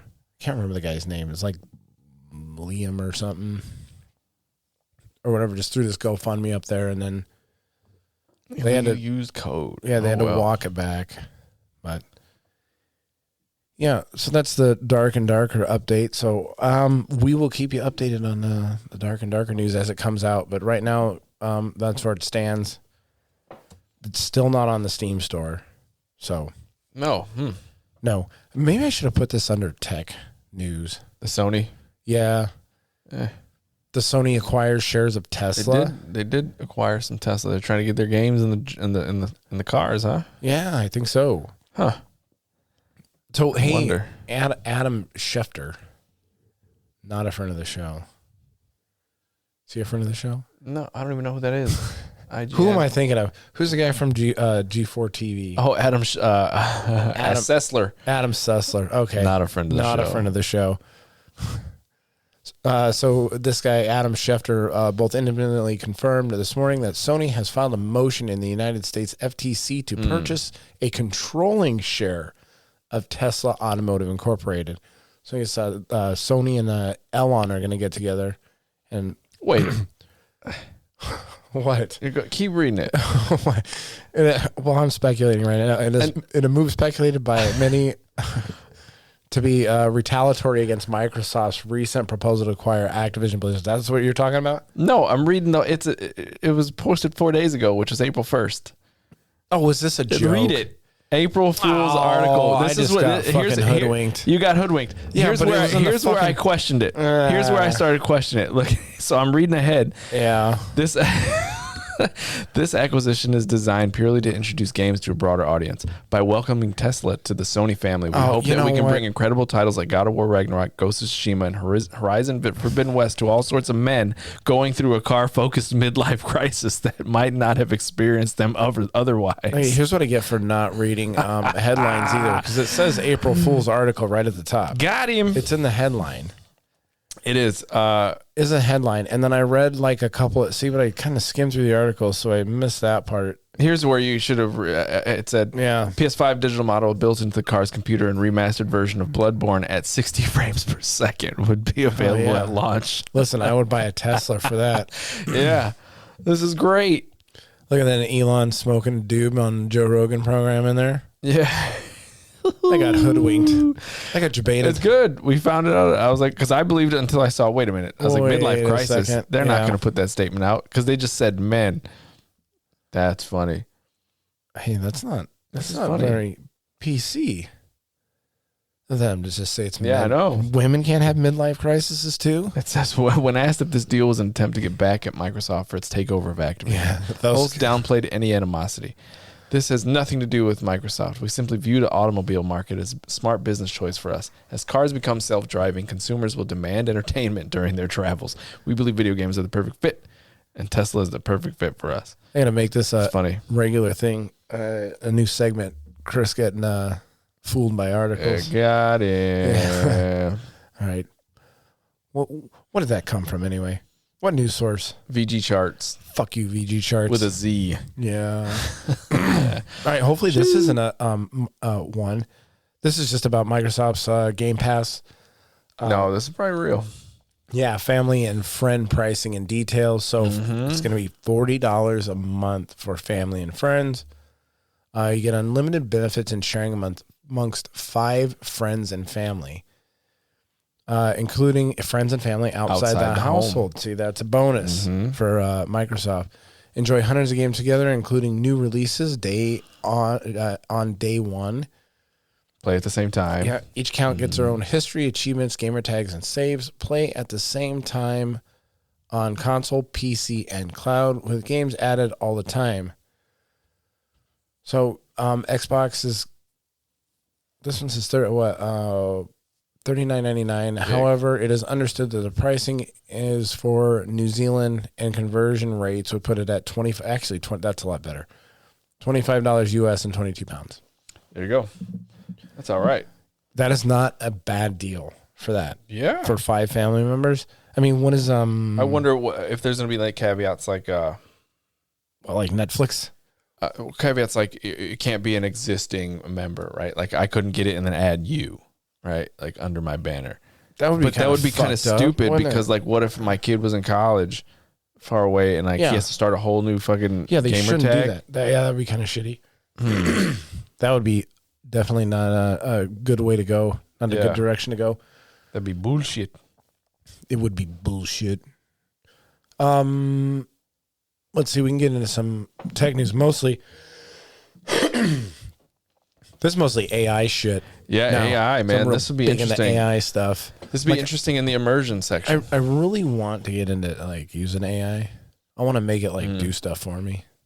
Yeah. I don't have to do anything. Yeah, I wish it would edit my fucking videos. You could probably honestly write a program to almost get it to do that. I mean, they have This is cool. You can now talk to video game NPCs, and frankly, it's incredible. See, this is what I think I brought this up a couple of weeks ago, where the storyline AI can procedurally generate shit. So like, while this is like Westworld shit. Yeah, that's what it's going to be. Dystopian world where we're all going to be living in video games with our VR headsets on. Like Westworld, you go in though, and these robots are basically they're reactions. But then they can kill you later on anyway. Yeah, that would be AI cool. breaks down. A wild new tech demo from Underworld makes conversation trees and scripted dialogue instantly obsolete. That's cool, man. Yeah, you can now create your own AI-powered game character with fully formed personalities and talk to them verbally, and the experience is astonishing. This is kind of cool. Yeah, it has cool potentials. This does. When you go in and you can have... This is where I think when I brought up the Remnant a couple weeks ago, where I talked about every game player's experience could be different with that game. And then we talked a little bit about AI doing the same thing. NPCs can be totally wildly different. Cool. And shoot, especially if like you start cursing at them or some shit like that. It'd be cool if like Grand Theft Auto puts this in there. Oh my God. It'd be nice if you had keyboard functionality where you can actually have a conversation with an NPC. And you could tell them to fuck off, and then they get hostile and shit like that, and you got to kill them, and then, your storyline can completely change. I mean, I can see this as the future of where video games could end up going. So, let's see, is there any quotes in this one here? And this just talks about shows like dialogue boxes on what could happen, but... like the flow charts and stuff? Yep. Let's see. Yeah, that's cool, man. Well, now you can get your own AI girlfriend now, so I don't see why this is too much out of the realm. It's like that movie Her. Yeah. Well, they actually have that now, but it costs extra to be romantic. People are falling in love with their online AI waifus. We need a K-pop one so we can bamboozle them. Oh, yeah. Bamboozle some women's out of some money. Yep. Give me them Korean dollars. We shouldn't talk like that. Let's put out the disclaimer. Gamer Athletes does not want to take advantage of any old ladies. Yep. Just the young ones. Purely jokes. Yeah. All right. So Chat GPT is banned. This also goes into the other thing where like Elon Musk and a lot of guys are like tech guys. Who's the guy at Apple? Giving warning. Tim Cook? Yeah, Tim Cook also on board with like saying, okay, we want to halt. Yeah, we're getting a little ahead of ourselves. Yeah. So anyway, the government of Italy has banned ChatGPT, an AI chatbot developed by OpenAI, saying that its lack of age verification systems and its collection and processing of user data is a violation of the country's privacy laws. Wow, Italy's got some privacy laws. That's some good. I mean, I understand that. Like, it's less about what it is than hey, you're not being real open with what you're doing with our data. The order made by Italy's Data Protection Authority states that ChatGPT users aren't given any information about the collection of the user use of their collection and the use of their data. Therefore, there is no legal underpinning for the data collection, which is to say, it used to train chat or legal underpinning for the data collection, which it says is used to train ChatGPT. I know I read it like a 5th grade level. Maybe not even that. It's already banned in like 4 other countries. Yeah. So it's not the first ones to ban it. But I mean, I get why this is doing it, but like other countries, I don't know. I haven't looked up to see why they did it. Maybe they're just nervous. Like that chubby kid in fucking school. It was like, spit it out. Like, was it today, Junior? Yeah, that's what it is. Like, you get a little tripped up on my words. Oh, it says it's already blocked in other countries, including China, Russia, Iran, and North Korea. Oh, well. Yeah. The Eastern Bloc doesn't like ChatGPT, huh? Yeah. Yep. Country. It's currently governed by a coalition of right wing and far right parties. Like I said, they did an open letter. Elon Musk, Tim Cook, and a few other people. And a lot of people are just speculating that they're just doing this because all those guys haven't figured out quite how to monetize this yet. You think so? And gatekeep our ability to use the ChatGPT. And there's like lots of people that are going out there and they're already starting to make money with this. Like there's guys that wrote like bots or made bots that would actually like buy and sell shit on like Amazon or something for it. I mean, maybe I'm not 100% right on that, but they got it to do like certain things and be able to buy and sell things. Well, like I said, this is always going to open the door for scammers so that now the IRS is going to call and it's going to be a chat bot talking to your grandma. Yeah. Hey, we're sorry, but you owe us. This is whatever, ChatGPT with the IRS. Your kid's in jail. Yeah. Can't talk to him, though. Yeah.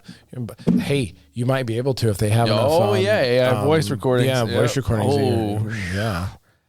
Help, Mom. So you can get people to admit to all sorts of manner of stuff. Wow. Yeah, wow. Yeah.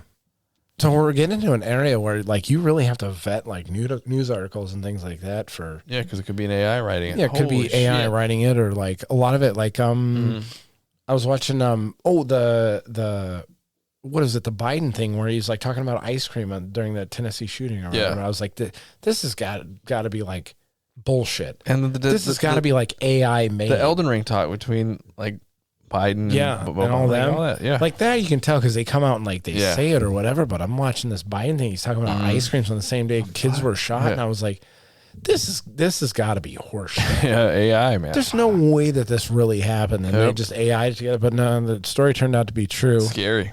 Yeah. But it makes you think about that shit. You got to like definitely look into stuff like that. Make sure you're not being bamboozled. Oh, yeah. Make sure you're not getting served up a hot, steamy plate of bullshit by some AI. We've been eating that bullshit for a while now. Yeah. But now it's like more convincing bullshit. Yeah. It's actually bullshit that tastes like fucking. I've seen that shit, man. This is bullshit that tastes like chicken. It's comes into AI, like God talking on YouTube. I seen him. He's on YouTube. He's there. Santa Claus is fucking real. Yep. All right, so this is your story here too. Scott, is it? I think it is. Yeah. No. Scott Pilgrim. Oh yeah. The anime. Yeah. They're making an anime for Scott Pilgrim, and all the original cast is coming back to voice him. That's awesome. I love that movie. Have you seen it? No. What? Wait, what movie? Scott Pilgrim Saves the World. No. Or Versus the World. I haven't seen it. Versus the World? No. Yeah. I haven't seen it. Really? This is an anime? No, it's a movie. It's a live action. They're going to do an anime about it? Yes. Well, it's a anime comic. They made it into a movie. Okay. And now they're going back? And now they're going to make it a series. All right. Which might do other than a different plot, probably, maybe. The last expanded anime plot. Last anime, Chainsaw Man was the last one I watched. And it's got look at the cast in this. This movie was amazing. Michael Cera, Mary Elizabeth Winstead, that guy. Yeah, I don't know who that is. Kieran Culkin from Kieran. Succession. Yeah. Chris Evans. Yeah. Succession, speaking of that. Have you been watching the new season? No, I watched no. They're on the second episode. Of the Yeah, new I gotta season. watch it. Anna Kendrick, Brie Larson, Allison Pill, Aubrey Plaza, Brandon Routh, Superman. You like Aubrey Plaza? She all right. I like Mary Elizabeth Really? Winstead. Okay. Is she a redhead? She has all kinds of color hair in this movie. Oh. Yeah. Yep. What's her original hue? She's a brunette. Okay. Yeah. Yeah. This movie was great. Maybe I'll watch it. You gotta watch it. Yeah. Watch it with the kids. It's funny. Yeah, it's got a video game theme to it too. Like really. Yeah. There's a lot of the Kieran Culkin. Maybe I'll great. get back to you next week after I watch it, and I'll tell you my first impressions. He meets Mary Elizabeth Winstead. Falls in love with this chick, but she's like, "Yo, if you want to be with me, you got to fight all my ex-boyfriends." You're spoiling it now. And one of them's a chick. That's pretty good. Yeah. Yeah. Is it a convert or is it just a chick? It's a chick. Okay. It's a female. It's Allison Pill. Yeah, because then they have that, what's that Euphoria show on HBO where there's a lot of converts. It's good. Kieran Culkin plays a homosexual, and he's very funny in this. I think he plays kind of a his homosexual in what you call it too. He's Succession. ambiguous. Yeah, he's got like weird He's sexual ambiguous. fetishes. I love it. He likes to be told these little bitch by old ladies. Man, his character's so good. And then he sent a dick picture to his dad. You remember that? Yeah, that's Spoilers. my favorite. That was my profile picture. Like, so long. Pervert. The face he makes when his dad sees it, he's like, "Oh shit!" Man, that show's so good. It is. That show's a pretty good show. It's slept on. I keep telling Royal about it. Really? Yeah. Yeah, it's a good show. Mm-hmm. Yeah, like all these. It's just I can never be like those people on that show. Yeah. There's no way I could suck up that hard to somebody that just keeps on shitting on you. And There's just no way, just for money. Brandon Routh is one of her ex-girlfriends. He has like superpowers. They all have like powers because it's like an exaggerated film. They all have superpowers. He's like, "Where do you get your superpowers?" Like, "I'm vegan." It's fucking stupid. Fantastic. The vegan superpowers. Vegan superpowers. And how he gets defeated, you'll like it more. Does he get defeated by choking on a meatball? I'm not going to tell you that one. It's funny. All right. So in other TV news, we got Mario. The Mario got review bombed. Why though? So I know it's like yours. The reviews. Yeah, they're getting shit on Rotten Tomatoes, and these people are like, I did pull up a couple articles. So this is the Rotten Tomatoes for it. Where's the review at here? I got the review on Empire. The other link had that review. It has 2 stars. I think I went to Metacritic, and I think I got a 48 on Metacritic. What's it got up there? Super Mario Brothers. The user score is like, what is it? Really high. What is going on here? But anyway, the Metacritic score for it's like a 48, but then the user score is like in the 90s. What? Oh, okay. Yeah. I see. Yeah, critics against. Yeah, let me go to it. I It's mean, right there. Super Mario Bros. Movie. This movie comes out today. Audience score is 95%. Go up. Where? Stop. Go. It's right below the. Oh, you don't. Right there. It's not loading in. It's right there. Where? Oh my God. Where am I? Oh, right there. Oh, okay. they hit it. Yeah, it's 54%. Waldo? Tomato 54%. meter. Yeah, and then 95% for the audience score. Yeah. So the audience loves it. Yeah, what in the hell is going on with the critics? I noticed this article, I brought you up that tweet I saw today, and it was some girl like, "Oh, I don't know, this seems kind of weird. I don't understand the story. Like, why does Mario become a cat?" And everybody's like, "Clearly, you don't know." Yeah, you don't know Mario. You don't know the character at all. Yeah, this is made for an audience, and listen, I don't know what it is with the like critics. Maybe it's that they want to be edgy and go against the grain. But you see this a lot with a lot of movies, and Chris Pratt is already disliked in like some of the critic circles or whatever for whatever reason. But yeah, then I have this article pulled up that says on Empire. Yeah, that's where I'm at. Yeah, they talk about the poll quote I wanted to get from this one was where was it? It was the Mamma Mia one. Oh yeah. He says, let's see, Chris Pratt's Mario simply doesn't sound like Mario. The Mario as family as a whole, incidentally, are the most egregious Italian stereotypes to be seen this side of Domio advert. I don't know what the hell that is. How many Mamma Mias does it take to constitute a hate crime? Oh my god! I know this is smart. Yeah, I see it. Instantly, most egregious Italian stereotype scenes. Wow. This person's throwing a lot of shade. This quote towards him is ridiculous. Which off one? Of this, it's gonna win many. It's gonna win many box office gold coins, no doubt. Wait, but the Bob Hoskins version is far more imaginative.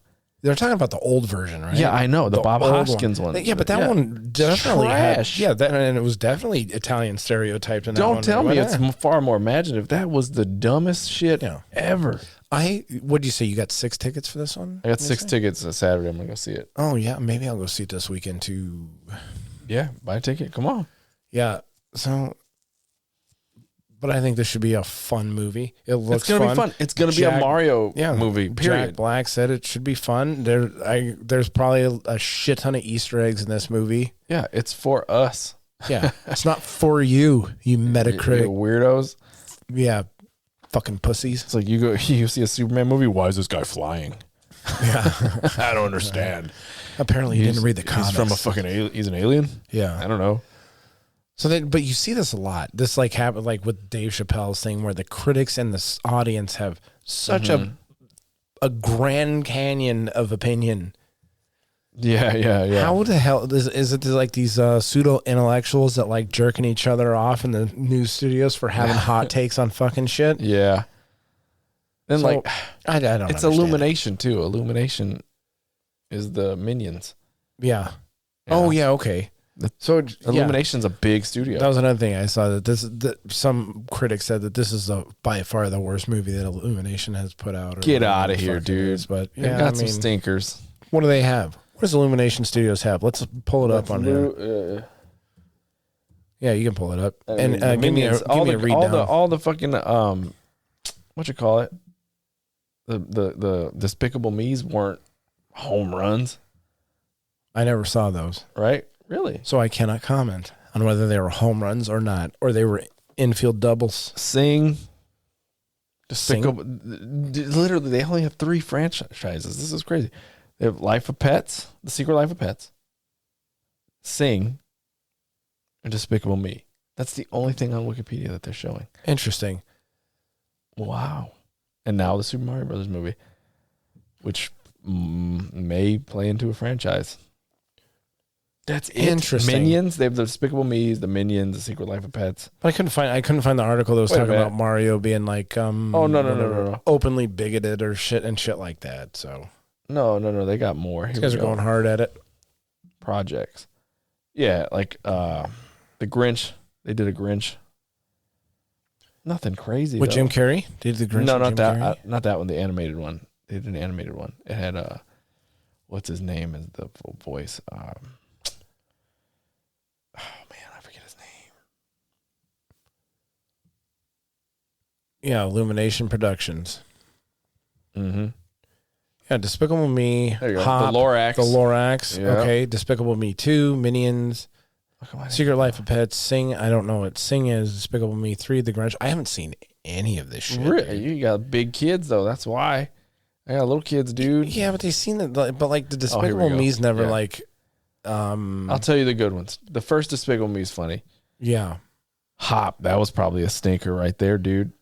Hop. Yeah, Despicable Me's are they're all pretty okay. The Grinch, I didn't like the Grinch. Oh yeah, Hop looks dumb. Sing, Sing was a musical basically. Yeah. Minions Sing. Rise of Gru was meh. My kids watch all these. They watch Despicable Me so much, and I was like, yeah, these are pretty good. Yeah, they're good for kids. There's one that's like the villain's like a dude stuck in the 80s. So he's got shoulder pads and like all his music background. Despicable Me? 80s. Yeah. Despicable Me 3. Huh. Yeah, I didn't see any of the Despicables. That one's fine. That was good. That's all those guys with like big glasses, right? Is that the Minions are in there. Yeah, and they made their own movie, which is less. The Minions movie? They're more annoying. I like the Despicable Me's better. Yeah. That's good stuff, though. Yeah, you know what I'm... So yeah, there's your kids corner. Yeah. If you got little kids. So that's, like I said, I'm going to wait for Mario to come out, and I will make my own opinion, but I mean, they say Jack Black does an incredible job as Bowser, and Chris Pratt did all right as Mario, and I'm ready to see all the Easter eggs. Whatever. Yeah, Easter eggs is always a good thing to see in movies. You're like, oh, shit, look at that. When I saw Rainbow Road, I was like, that's awesome. Yeah. So we'll see when that movie comes out. You're going to see it this Saturday. Yep. Right. I'm not sure if I'm going to see it this weekend, but I'll probably go see it in the theater. We just saw John Wick 4 actually in the I theater. wanna go see that. Another one that the Metacritics kind of did not like for its toxic masculinity. I won't make it to Cocaine Bear. I think its last day is today. Oh, yeah. Wait. I can give you my review copy that I got. Okay, yeah. It comes out on Paramount next week. So, but yeah, John Wick 4 was pretty good. I mean, you have to suspend reality greatly when you're watching a John Wick movie. Yeah. But I mean, it's fun. It's entertaining. I heard it was good. Yeah. So, yeah, I'm surprised. Which sucks because the first one was so grounded in reality. It was too, and then they just keep getting deeper and deeper into the just add some more fucking land. wings of this fucker flying away. Yeah, but like I said, by the time you get to like halfway through the second one, you got to start really putting reality on hold. First one, he's just using a pistol and he's running down, getting in a car and chasing people. Yeah, got some cool choreography. It's like what, by the end of this one, he's on a magic fucking carpet. Yeah, like, what the fuck? Like how many times?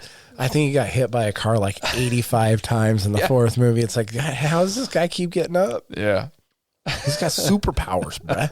Superpowers. Vegan powers. Yeah.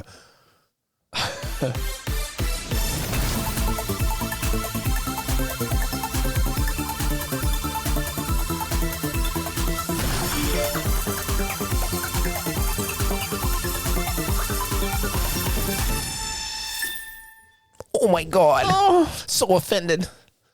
All right, so that's a good segue. I'm calling your mother. That's a good segue for the fuckery news. Speaking of that. So going from John Wick. I'm surprised. I'm glad we haven't been flagged for that sound. That's good. I don't think we should though. But see, I don't know. I think it's a good sound for that because it's like a bunch of bullshit coming out of the chest. Yeah. The world is the chest, and all the bullshit's flying out of it. That's right. And we're just catching it, and we're delivering the good news to all the people. Mm-hmm. All right, I did see this. The Mammoth meatballs. Mammoth. I think this is disgusting. Honestly, a meatball from a long extinct mammoth. Yeah. So they took a food firm. Yeah. So the Mammoth meatball has been created by a cultivated meat company, resurrecting the flesh from a long extinct animal. This is what we do with our time right here. Delicious. It sounds great. The project aims to demonstrate the potential of meat growth from cells without slaughtering animals. The words they're using just sound so appetizing. Yeah. Meat growth. And the highlight of link between large-scale livestock production and destruction of wildlife and the climate crisis. If we keep talking about Mary Elizabeth Winstead, I'll have some meat growth. I don't know who that. I don't know what you're talking about. The chick from Scott Pilgrim we just talked about. So fucking thirsty. It's like every it was fucking a joke. episode. Shut the fuck up. Every episode you gotta fucking shut up. Throw some objectification. You're supposed to laugh at him. What happened to you? You changed, bro. You gotta throw some objectification of women in there. As soon as these mics go off, the objectivity just flows out of you. Oh, it's horrible. It's like fucking having a goddamn podcast with a fucking 19-year-old fucking kid with no filter. Yeah, it's pretty high. Yeah. Yeah, sex drive is real high. Filter is real low. Yeah. The Mammoth meatball was produced. And you fucking blew it. No, I didn't. I fucking I took that right where I wanted to go with it. Yeah. Right where I wanted to go with it. HR department, get out of here. Yeah, that's right. This is the fuckery. No. We got to get offended at everything during this segment. The Mammoth meatball produced by Vow, an Australian company which takes a different approach to cultured meat. Cultured meat. So anyway, they took this mammoth DNA, mixed it with its closest relative, the African elephant, and produced this meat in a petri dish. Yeah. I mean, McDonald's already does it. Yeah. Said we have a behavior change problem when it comes to meat. We have to have a behavioral change problem when it comes to meat consumption. I don't like this fucking guy. The goal is to transition a few billion meat eaters away from eating conventional animal protein to eating things that can't be produced in electrified systems. Wow. This guy's a food pervert. Invent meat. I mean, we're doing it with Beyond Meat. But like this just sounds gross. It's the word grown from cells. Like that statement is just like, ugh. Yeah, it's not very mouth-watering. You put a toy with it and put it in a box. Just fucking I don't know. Kids be like, give me my meatball. This is where we're going, to the brave new world where you're just eating fucking grown meat and bugs. It's a white can that just says food. It says, I believe the best way to do this is to invent meat. Yeah, no, we've already done that. But we look for cells that are easy to grow, real tasty, and nutritious. Now, this could be, I did watch a video on how they do this. I don't know if this is true or not because I didn't do it, but I'm going to say it like it's fucking true. The best way that they can do this and to make easy to grow meat cells and make them grow really fast is by replicating cancer cells. Weird. I don't know if that's true, but I'm reporting it like it is true. So they create, see, plant-based alternatives to meat are now common, but cultured meat replicate. God, cultured meat just sounds disgusting. Cultured meat replicates the taste of conventional meat. Yeah. So anyway, I was looking for the thing that says that where they're not gonna test this on humans yet. This fucking mammoth meatball. I don't know. Would you eat? It was ridiculously easy and fast. Yeah, wow, we did this in a couple of weeks. Would you eat a cultivated meat mammoth ball? No. Yeah, disgusting. They'd have to pay me. No, I'd be a test subject. You pay me the right money. Oh yeah. I don't want $20. That ain't no way. How much would it take? Like if I offered you $100 right now, would you eat this mammoth meatball? No. Not $100. Not 100. 500 grand. You think 1,000? That's your number? 1,000 is my number. I'd probably do it for 500. Yeah, I'd probably gag the whole time just thinking about what it is. Yeah. Capri Sun. Give me that. Oh, that's just disgusting. Makes me want to vomit almost as much as this next story. The mammoth meatball will be unveiled on Tuesday evening at Nemo, a science museum in the Netherlands. Yeah, so have you heard about this guy? Speaking of Netherlands, this man fathered more than 500 kids is being sued because the chance for incest from this guy's kids is like astronomically high. It's not the guy that they did. Okay, no. No, so this guy was going all around like Norway or something like that, just shooting yogurt ropes into like test tubes for people and just impregnating tons of women. Did he get paid?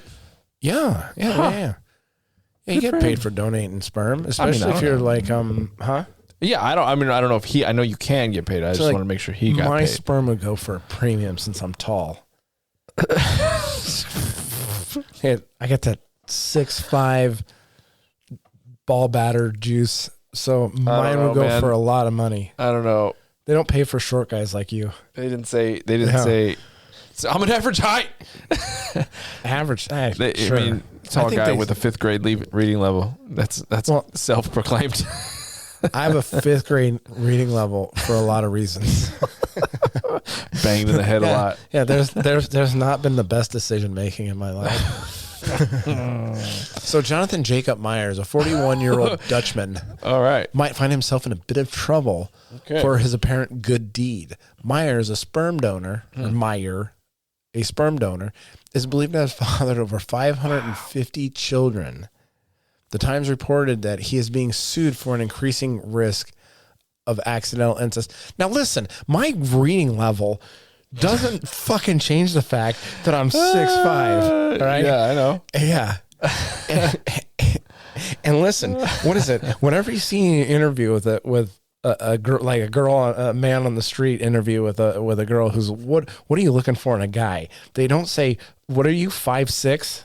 Fuck no, I'm not fucking 5'6". They say 5'7", like 5'10". You're 5'10". Yeah, right. With 4 heels inches a lot, on. bitch. Yeah, with 4-inch heels. That's what you're talking about. So Myers reportedly from Hague lives in Kenya, He's Fuck a you. musician. He's a musician by profession. The report states in the civil lawsuit has been filed by Donorkind Foundation. That sounds real. Donorkind? Okay, yeah. That sounds real. Third Reichy. With the Dutch organization and advocates donors for kids. So he's being sued because of the incest probability. Yeah, I mean, I get it. They should have, but it's their fault for not putting a cap on him. There wasn't a picture. They did put a cap he on fucking him. circumvented But it. yeah, he went to like a bunch of different clinics in Norway, and like I said, he was just fucking dropping Jerked loads him around. all over the sea. Yeah, they jerked him off. Yeah.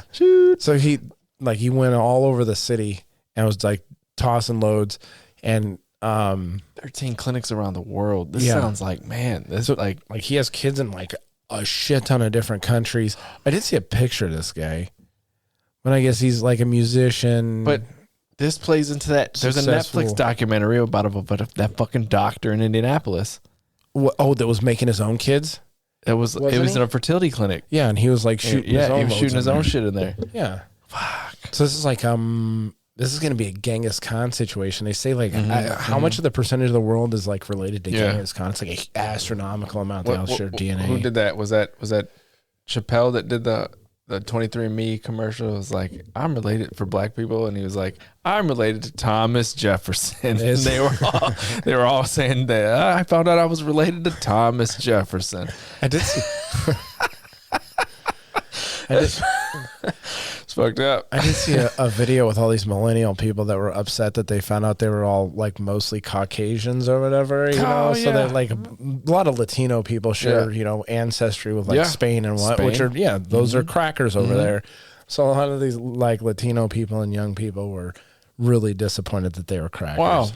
I'm gonna take it. Fuck, I'm European. I'm gonna do it. You're probably getting some European in you. I got some European. Yeah, I know we're part Spaniard. Yeah, okay. Puerto Rican. So then at least you're well aware, and you're not. My mom be has like, you're not blue gonna eyes. Fucking bullet in your head. Yeah, my mom 'cause, has blue eyes, It comes man. out. Yeah.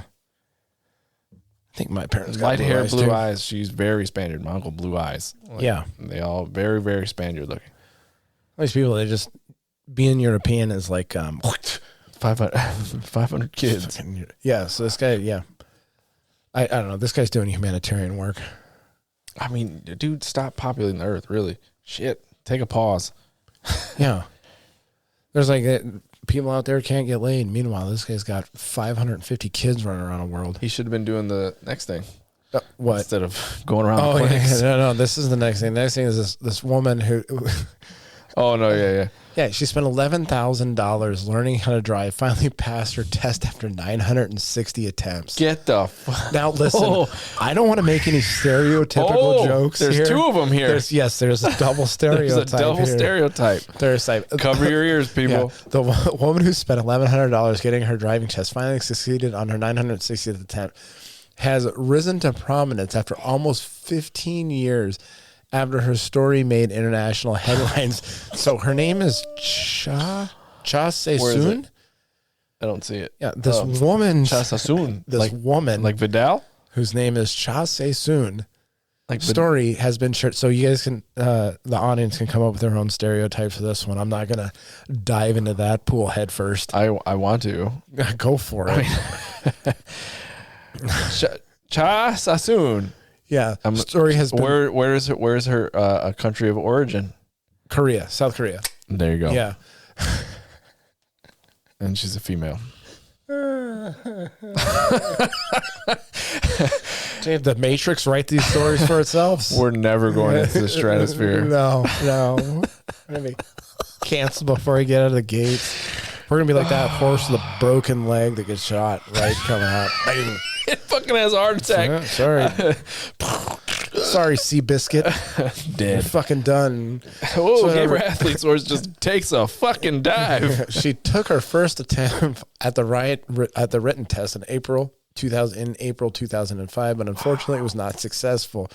However, South Korea, South Korean She was not deterred. was not deterred. Like she's determined at least. You know, She I gotta give her that. passed, This is such a feel good story. yeah. You know what? Congratulations to her. I don't want to be on the road by her, Oh my god! but Can we put her name on the side of a car? She's shit.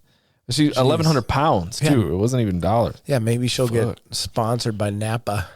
Oh. No, she needs to be sponsored by like State Farm or something. Yeah. Yeah.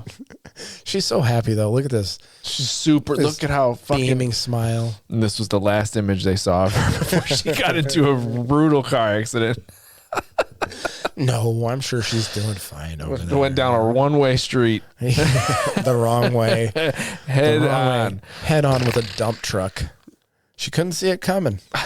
Couldn't see it. So anyway, you're right. I should have put that story at the very end because that's a real feel-good story. But this one also is a real the Jan Book driving school, when she finally got her license, they were cheering, hugged her, and gave her flowers. They quoted, "It felt like a huge burden off our backs." Yeah, I'll bet. They probably knew her by name. Yeah. Yeah. Yeah, so soon. Not the usual, huh? What's up, Chop? Yeah.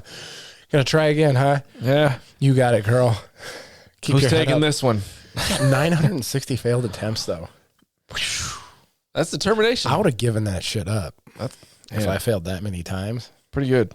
She's a national celebrity. Yeah, but I got a lower standard for failure. They should have gave her a car. I tried it once. Yeah.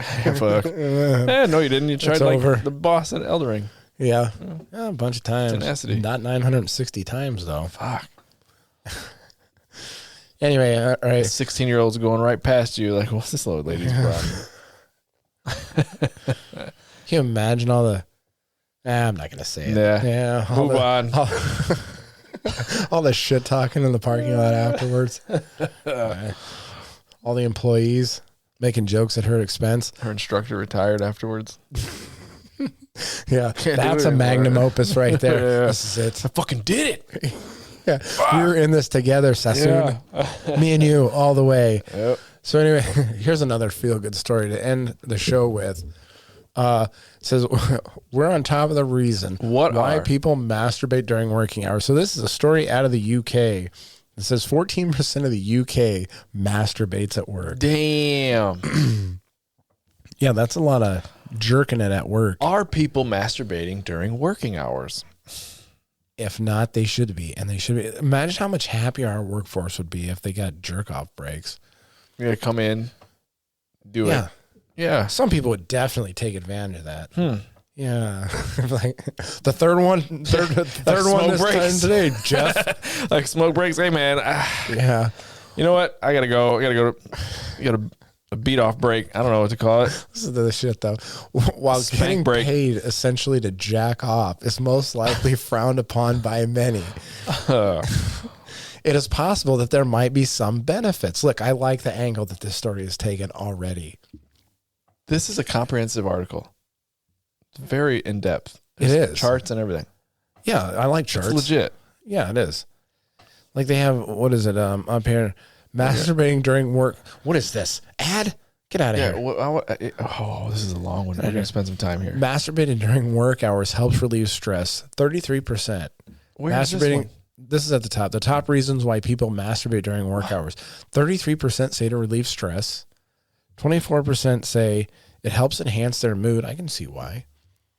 20% I feel comfortable and unashamed masturbating during work hours. And 19% of said masturbating during work hours increases my concentration. Maybe I should masturbate before the show. Oh, man. Better. I might go from a 5th grade level to a 6th grade reading level. My brain is firing. Yeah. All cylinders are going. Okay, so it helps me relieve stress. I wasn't there. Masturbate during workouts to help enhance my mood. Yeah. Masturbating unashamed. What? I feel comfortable and unashamed. Masturbating during work hours. Okay. Yeah, having an orgasm has many more benefits, like regulating blood pressure, releasing muscle tension, and helping release the happy chemical dopamine, which could be advantageous to getting re-energized for the workday. So you know what? Coffee out, jacking off in. Yeah. Yeah. Yeah, coffee's toxic. Yeah. So now at work, at our current workplace, whenever we say I'm going for a coffee break, you know what that means? I'm winking. Spank break. Yeah. Jack break. I'm going to come up with a clever name for it. And we'll get back to you on how it works. how it makes me feel. I can tell you, I would probably be more focused if I slipped a little away for a little personal time. Interesting. I'm gonna take care of myself. So, So Chemist for You surveyed just over 2,000 general respondents aged 18 plus nationally, represented by gender and age. I wonder what this breaks down along gender lines. it says those aged between 25 to 34, the younger millennial demographic, said they pleasure themselves at work most often. 20%, 27% of these people. What do you think? Do you think more dudes are like stroking it, or the girls are out there flicking the bean at work more? There's no breakdown. There's no there should be a breakdown. This is stuff. Listen, Chemist for You, you're dropping the fucking ball on our data here. I mean, there's a long article, dude. This thing's long. Like, It's not. Wait, yes, it is. Where's the rest Go of it? way up. Go up. Go. Oh, You're at the bottom. Oh, You yeah. said at the top. I was like, no, the fuck it ain't. Like, there's a pie chart. What is this? See, here it is. Include 22%, fifth of men and 7% of women. So we're Wait. Say that again. go up Go up. right Okay. there. It's that circle with the blue right there. So what? Chicks are doing this more? It says no. 7% of women, 22% of men. Oh, of the okay. study, right? Guys, we're in the fucking lead. Let's keep this stat up. Yeah, man. With Including- prostate cancer. 22% of men. I mean, Yeah, I know. they're Listen, this has a double-edged effect. dude, You're keeping down all prostate cancer. positive reasons. You know, can you imagine how much better the BMV here in Indiana would be if they were jerking off at work before they come out? Yeah. Yeah, All maybe that's kinds. the fucking Let us get problem. at your fucking license today, Chasta Yeah. We can do this. I mean, Everybody had to masturbate after she left. Like, oh fuck. yeah.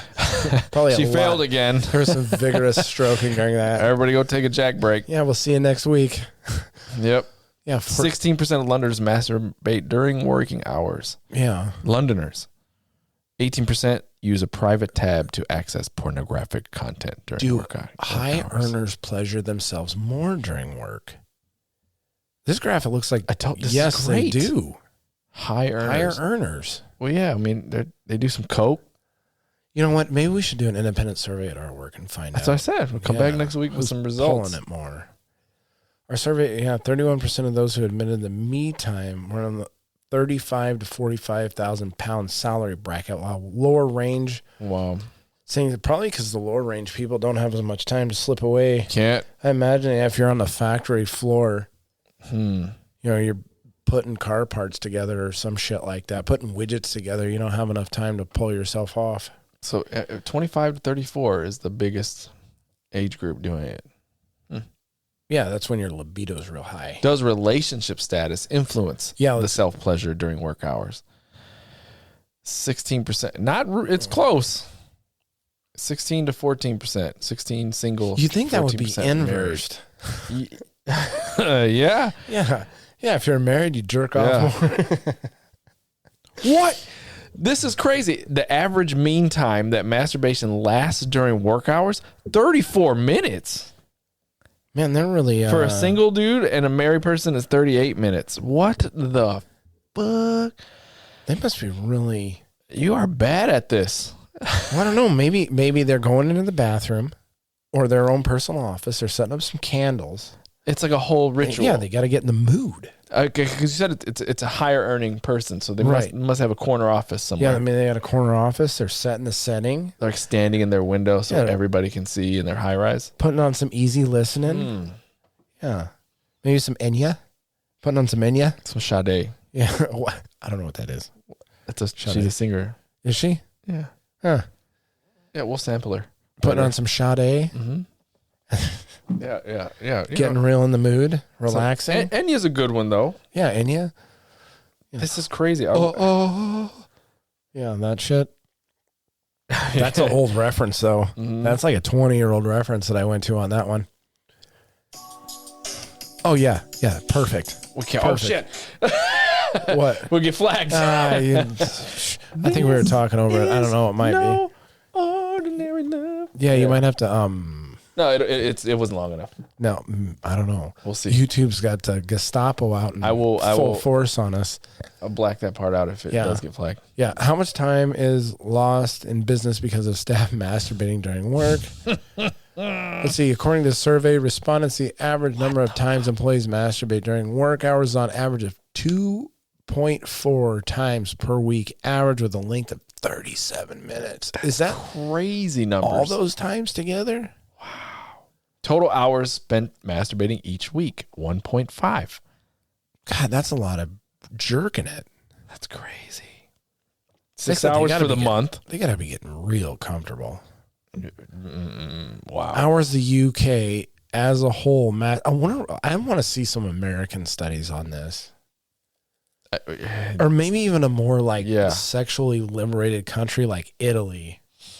With see where they break down. Jack off. This is funny, dude. This is good stuff. It's always a feel good story at the end of Gamer Athletes here. Feels good for the UK.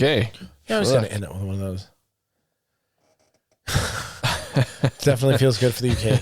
The UK is feeling good. Mm-hmm. All at right. work. Well, do you have anything else to add for this episode of Gamer Athletes? I do not. I think we've covered it all. Yes, we. Yeah. Or in the UK, it's covered. Yep. All of it's covered. We're covering everything like that dude's covering this world with his kids. Mm-hmm. Anyway, all right. Follow us on Instagram at gamer.athletes, Twitter, Gamer Athletes PC, YouTube, Gamer Athletes Podcast, and our Discord server at Gamer Athletes. And as always, thanks for listening. Thanks for giving us your time. Give us a like and subscribe over there on the YouTube. And thanks for everybody for their support. Anything else? Nope. We are out. Yeah. Are we good? We good.